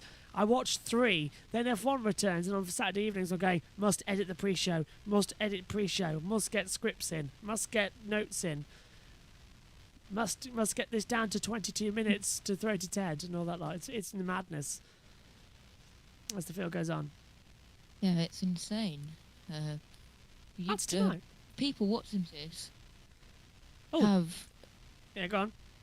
Are we going down Yes, to we pit are. lane? Yeah, sorry. I've been overruled. Just didn't even seem to have the speed early in the qualifying round, so they figured it out, worked on it a little bit in qualifying, and got him comfortable. And now they're on basically the same setup they were on last year when he was so impressive in his IndyCar debut. But the biggest thing to take away here, he is so comfortable at this racetrack. So all the tracks that the NTT IndyCar Series goes to, this is the one where he feels the most comfortable, feels like he can push the most, attack the most. That's paid dividends. The Rahal cars have really worked hard over the summer to get their cars in more of a window to be competitive, and now their drivers are doing what they have to do to make that effective. So Graham's running 7th, and Christian, of course, carrying the torch here, running in 2nd. But it's been a team effort all year long, and Christian's doing his part now to deliver a result. Christian's last 2 victories came in Formula 2 in 2020. At the Red Bull Ring in Austria and Mugello in Italy. This will be the next best result he's had in his racing career. This is huge. Well, yeah, Lundgaard will be in 2nd position, but I will throw it back to you, John, because I got overruled there by my producer because I was going to leave it. But what were you saying as well about behind the scenes? Yeah, the amount of work that's behind the scenes is incredible. We don't just go on air and then go off air, because we've got to make all these graphics. We've got to make sure the graphics are in the correct position. We've got to make sure timings are correct. We've got to make sure that everything's correct. We've got to make sure that phone's correct. Driver tracker. Yeah, the driver tracker. We've got to make sure that's in the right position, which Josh is doing that while he's on the air. Then we've got to make sure all our notes are right. We've got to make sure all of the streams are right, the microphones are right, everything's correct then as well. All the pre-stuff that we usually have as well, which is pre-shows of qualifying. That takes time because we have to record those live on the Saturday and edit them down for the Sunday shows and all that lot. And it gets an absolute mess. Like later on, as soon as I'm finished here, I'm going to have some lunch. But during that, while it's cooking, I'll be in the garage recording the little segments from today's qualifying session. So through OBS, recording that. Then I'll do a little bit of piece to camera, or I'm thinking of voiceover tomorrow to start with. And then we'll go straight into the build-up. And then that pre-show will be saved, put to the computer, so that I can go in here at 1 o'clock, but Megan can get ready for Formula E at the same time. Because we've got so many overlappings. And then we've got Formula 2 and Formula 3 to set up. Formula 2 is only set up on Megan's laptop, not on this computer, so I've got to do that. It's a lot of work to get everything sorted, but everybody loves it, and we all love it as well. I'm so hoping that you somehow recorded the after the F1 FP3 when you said we are we're off, and then we just go absolutely crazy over the t-shirt. I think we did get it. It is on the backup recorder, and I think also some of it was broadcast, because I think my mic, as soon as we went off, my mic was still over it, and they just heard both of us go, "What?" Like the TV and all that. I think that was recorded, but it was definitely on the bus mixer backup. But what a Welcome session! to F122 behind the scenes. Yeah, we need I think Megan's actually said, not this weekend obviously because it's too busy, but I think the next weekend, which just F1, which I think is... When is the next weekend when it's just F1? I think it's the Belgium Grand Prix for Megan. Pit lane. Yeah. Really the only question remaining is up front is, does Will Power have enough fuel? They use codes when they talk about fuel saving, and I know before this last stop, when he was told a number, he said, you got to tell me that a lot earlier, which means that's a bigger fuel save than he expected. But honestly, I don't think there's a lot of drama. From listening to Ron Rzuski that you see there and Will Power, I don't hear a lot of stress. I think they're fine to be able to make it home. Well, you see Ron Rzuski staring intently on the monitor there. That's Let's fuel. listen to Will Power. How much coast is here at the end of this front straight? How much is Power coasting then?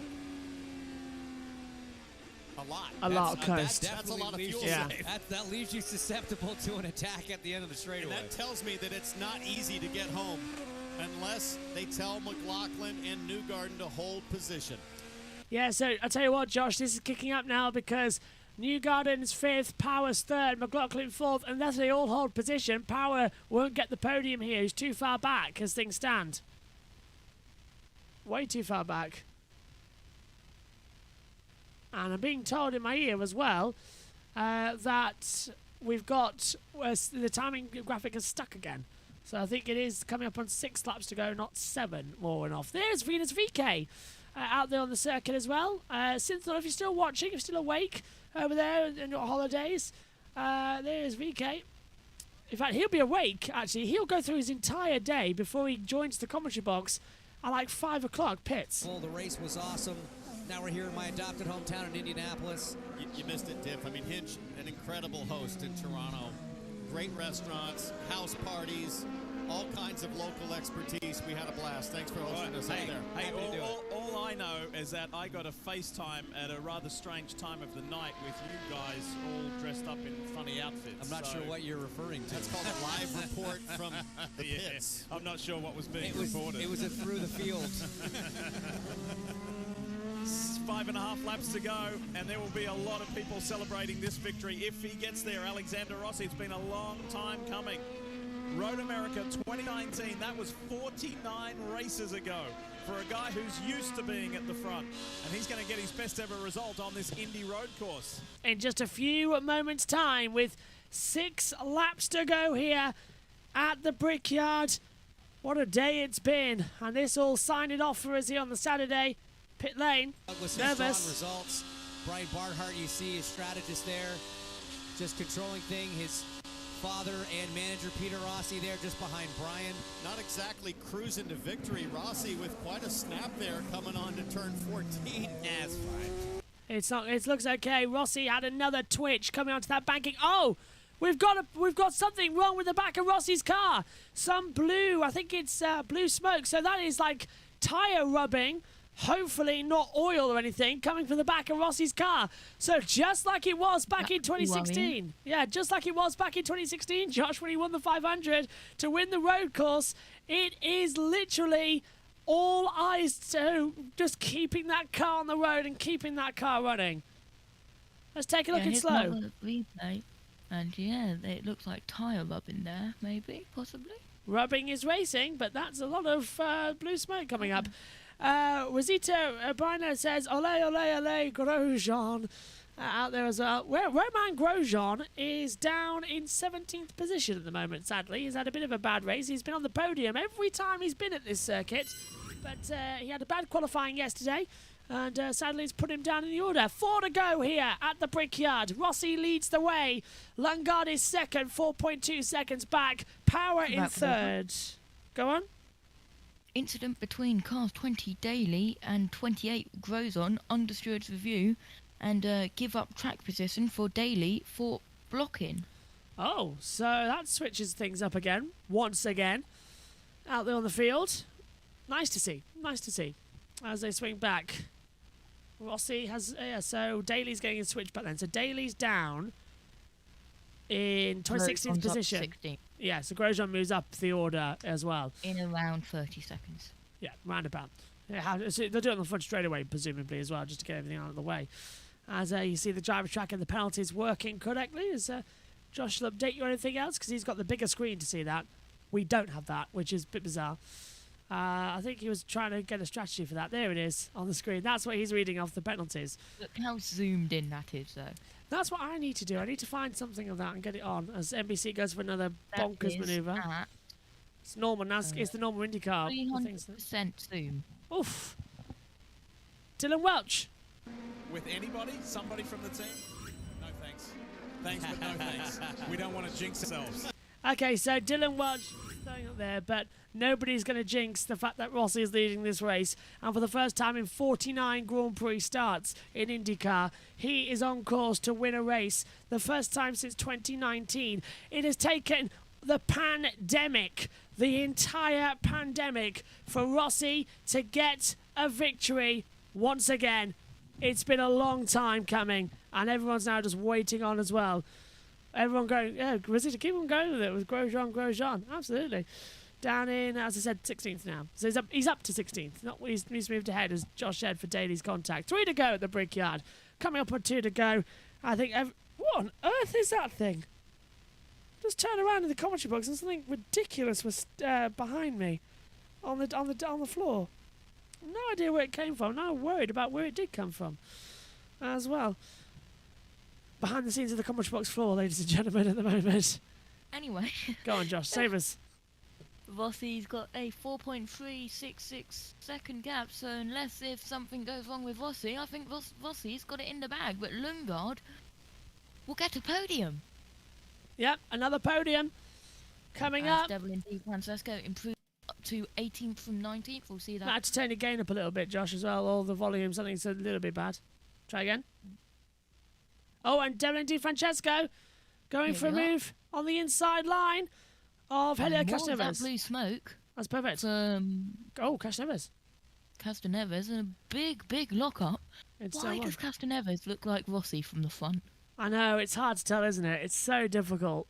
And you got to remember whether it's 6 or 60. Connor Daly, and then Castroneves decides to go wide. Yeah, and Daly locked up as well. Oh, and almost chopped off the front wing. Coming through that first segment of the track. Look at the tyres, Josh, on Daly's front left. They are doubly blistered and almost blowing. In fact, I think they nearly have. Look at the state of that Mercedes. Yeah. That is that's almost level of Lewis Hamilton's puncture. What's up? How on earth it got that way? Look at that state of Ed Carpenter Racing. And the white flag is in the air for Alexander Rossi and Christian Lundgaard. 4.1 seconds behind to start the last lap of the Gallagher Grand Prix. Yep, white flag sponsored by Credit One Bank as they come in towards turn number 1. Coming to the end of this very interesting race once again. Alexander Rossi just got another 2.2 miles to go. And for the first time since Road America, he will take a victory. It has been 49 starts across 3 seasons. 2020's COVID year, where we only did 11 races. 2021, the full season as well. He did come close on a number of occasions last year, and he nearly puts it on the grass coming out of the corner there as well. He's had to really work at it. Today, he's had the perfect strategy. He's had absolute dominance across the field. This is what Rossi can do. He's leaving Andretti to join McLaren. Many people say it was foolish. Many people say that Rossi has had his day in motorsport. He's been absent for 3 years, but a fiery return. He may be at McLaren next year, but it's with Andretti at the Brickyard. They revisit the memories. Alexander Rossi wins on the road course at the Brickyard for the first time in 49 races and 3 years. He is back on the top step, and he is a race winner here at Indianapolis on the road course as well. He's won the 500, he's won the road course, and he's back on the top step. He wins the Gallagher Grand Prix. Go on, Josh. Christian Lundgaard second. Who would have thought? A rookie on the podium, and Will Power in third. Unfortunately, my picker winner just couldn't do it, but there's always next time. Always next time. Lungard second, as you said, Josh. Will Power third. Scott McLaughlin fourth. Joseph Newgarden fifth. Penske 3, 4, 5 at their home circuit. It's Andretti on top there with Rossi. And Rahal, Ledham and Lanigan racing in second for Lungard. Venus VK is sixth. Graham Rahal is seventh. And I told you, look at that. 7:15, about 7:20 we'll be done. Time on the board. 1 hour 50 on the board, but 7:21. Not bad. I'm good at math with no caution out. Give up track position Connor Daly again. Oh, so he's going to get dropped post-race down the field now as well. We'll stand by and we're going to hear from our race winner and then we're going to go off air because everything's on a quick off today because everybody's absolutely exhausted and we all need beauty sleep. And some food. Everybody needs some food. Absolutely, they need food. Luckily, I had a burger and some chips before IndyCar. I had a muffin and a glass of milk. Literally, that's all I had before.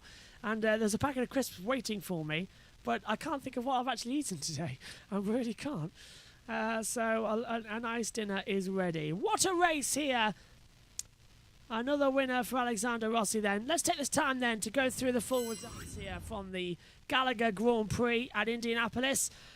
It's Alexander Rossi who takes his first win in 49 starts and his first win of the season as well. 3 years. It's been a long time waiting.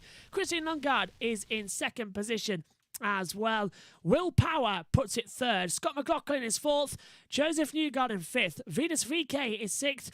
Graham Rahal seventh. Scott Dixon is eighth. Felix Rosenquist is ninth. And Alex Palou in 10th position. Marcus Ericsson finishes 11th, the championship lead after starting 25th, moves up to 11th and gets some good World Championship points.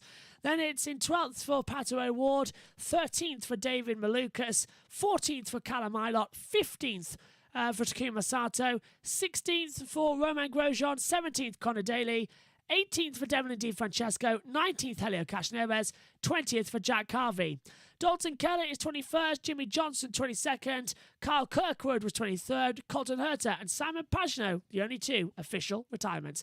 Let's head back to NBC. Back at the Brickyard. What an afternoon.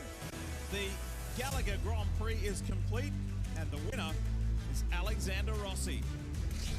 Let's get you to the Children's Miracle Network moment of the race.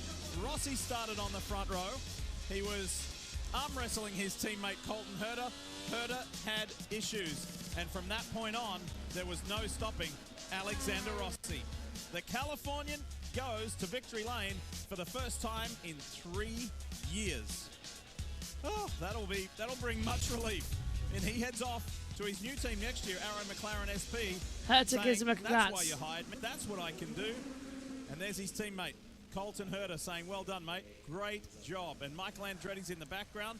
By the way, Marco Andretti's here. We bumped into him just before the pre-race show, wow. So Marco will be set. There's Marco with the white hat on. Hello, his, Marco. Broken wrist bandage there. He'll be celebrating for his dad's team. That was a really solid job by Alexander Rossi, leading 44 of the 85 laps. You know, Michael Andretti should be incredibly proud of his team because of the way they've rebounded and produced this result. Rossi and Colton Herta, the measure of the field. Nobody really close, frankly, on setup, on performance today. Unlucky for Colton Herta, but Rossi getting it done for the team there. I've never seen Marco so happy to see somebody else win. Brian Herta in the mix, says congrats. Brian got stuck on the elevator. I'm not sure he was planning to take the trip up. His girlfriend Kelly's up there as well. Rossi's girlfriend Kelly, not Brian, obviously. No, just great. I mean, what an incredible Brian is drive. stuck on the elevator. You know, again, it's at the cost of Colton Herta. Unfortunately, it should have been a 1-2 for the organization, but Michael Andretti, I had dinner with him last night, and he was bullish on the chances too. He was really confident and hoping that they were going to be able to pull this off. So I know that he's going to be thrilled. And while Chevrolet can boast the most wins this year, it has been a Honda party at the Indianapolis Motor Speedway. Oh, Colton yeah, Herta yeah. won the first road course race in May. He did. Honda-powered Marcus Ericsson wins the Indianapolis 500. Honda-powered Alexander Rossi wins here today. Let's go to Dylan Welsh. Yeah, let's tell Megan that Honda have won everything. June 23rd, 2019. That's how long it's been for Alexander Rossi. 49 races. And back in a familiar place, of course. He knows victory lane at the Indianapolis Motor Speedway very well. Winner of the 2016 Indianapolis 500. And he'll add a road course trophy to the Borg Warner Trophy as well. As they get the car situated here, we'll get him out of the car. He's got the Firestone hat on. And here he is, finally a winner again in the NTT IndyCar Series. And a much-deserved celebration with his team. He and Brian Barnhart talked so much about how much of a team effort this was going to be today. They needed their pit crew to execute. This entire crew did that. Alex executed on the racetrack. And he got his 8th win in the NTT IndyCar Series. Alex, let's step in here and grab a word as the hugs and celebration continue. How about this? What is the feeling of finally getting it done? 49 races, June 23rd, 2019. That was the last time you got to celebrate one of these. How good does it feel to be back in victory lane? It's a relief, man. It's been so many things for so long, and like I do feel for Colton, I do, but I'm happy. Like thankfully something came our way, and I just want to give a huge shout out to Andretti Autosport and their continued belief in Napa Auto Parts and Auto Nation. I'm so happy to drive pink, and the Honda Power, everything was. There's just been so much belief for so long, and it's nice to finally accomplish it. You're obviously switching teams next year to finish this year out and get a win with this group, this 27 team. Does that add a little extra specialness to this victory? Yeah, of course. I mean, there's still 5 races to go, a lot of really good tracks for us, but to kind of come back at Indianapolis at home is pretty amazing. You said all weekend that your race pace was, you thought, the best of anybody else here. Is that how you felt in the race? Did you feel like you were going to be good enough to go up there and race Colton if he didn't have problems? Yeah, I mean, I think he was definitely strong. Like, obviously, we have pretty much the same race car, so it would have been interesting. I don't want to take anything away from what he did from 9th to get to that position was incredible, but it was the 27th turn, so that's awesome. Congratulations. Thank you. Alexander Rossi, he's back in victory lane at Indianapolis. He really, really is. And that's all we got time for at the moment. Actually, let's hear from Lundgaard, shall we? Josh's favourite. First IndyCar podium. Does it feel a little bit like a win? It does, for sure. I think at the end of the third stint, I was catching Alex, and I was really hoping, because every pit stop, we always caught up. We lost a bit in the beginning of the stint. I think the Andretti car just had so much better power down than we did today. I think that's what killed our rear tires, and you know we struggled on the long run. But for sure, feels like a birthday present. I had one from Shield Cleansers in Iowa, because my birthday was on the Saturday of Iowa last week. He gave me a trip to Vegas. Yeah, so I'll be going. So this has to feel like a win for the team, too. It has not gone as well as everyone hoped. Graham was having a good run today. What kind of progress is Rahal, Letterman, Lanigan making? I think the result speaks for itself, really. I think, coming in this weekend, we knew we had a strong car. I wasn't so happy in practice. I think there was definitely something to be found there. And then we roll into qualifying with my last year's car. Look where we are. And remember how strong you were last year, where you, on debut, qualified 4th. Is this a new home for you? Must be. It is my second home. I love to be in Indy. So, for sure, now to have a podium, and this being the place, I would have preferred it now being the other way around, but we'll take that next year. This impressive 21-year-old Dane is leading the Rookie Points Championship. Comes home with the best result for any rookie this season, 2nd. Not a bad result at all. Okay, go on, Josh. Did Christian Lundgaard just say he shared a birthday with me? I think he did last week on Saturday, which was yours. Thank you very much. Yes, absolutely. So, Lundgaard, shares your birthday. Here's the standings then after these races. It's Will Power now the championship leader by 9 points to Marcus Ericsson. Joseph Newgarden is 32 points back, and Dixon in there too. So it's a 3-way fight for the title as things stand. This is going to be absolutely fantastic, Josh, coming to the last 5 races.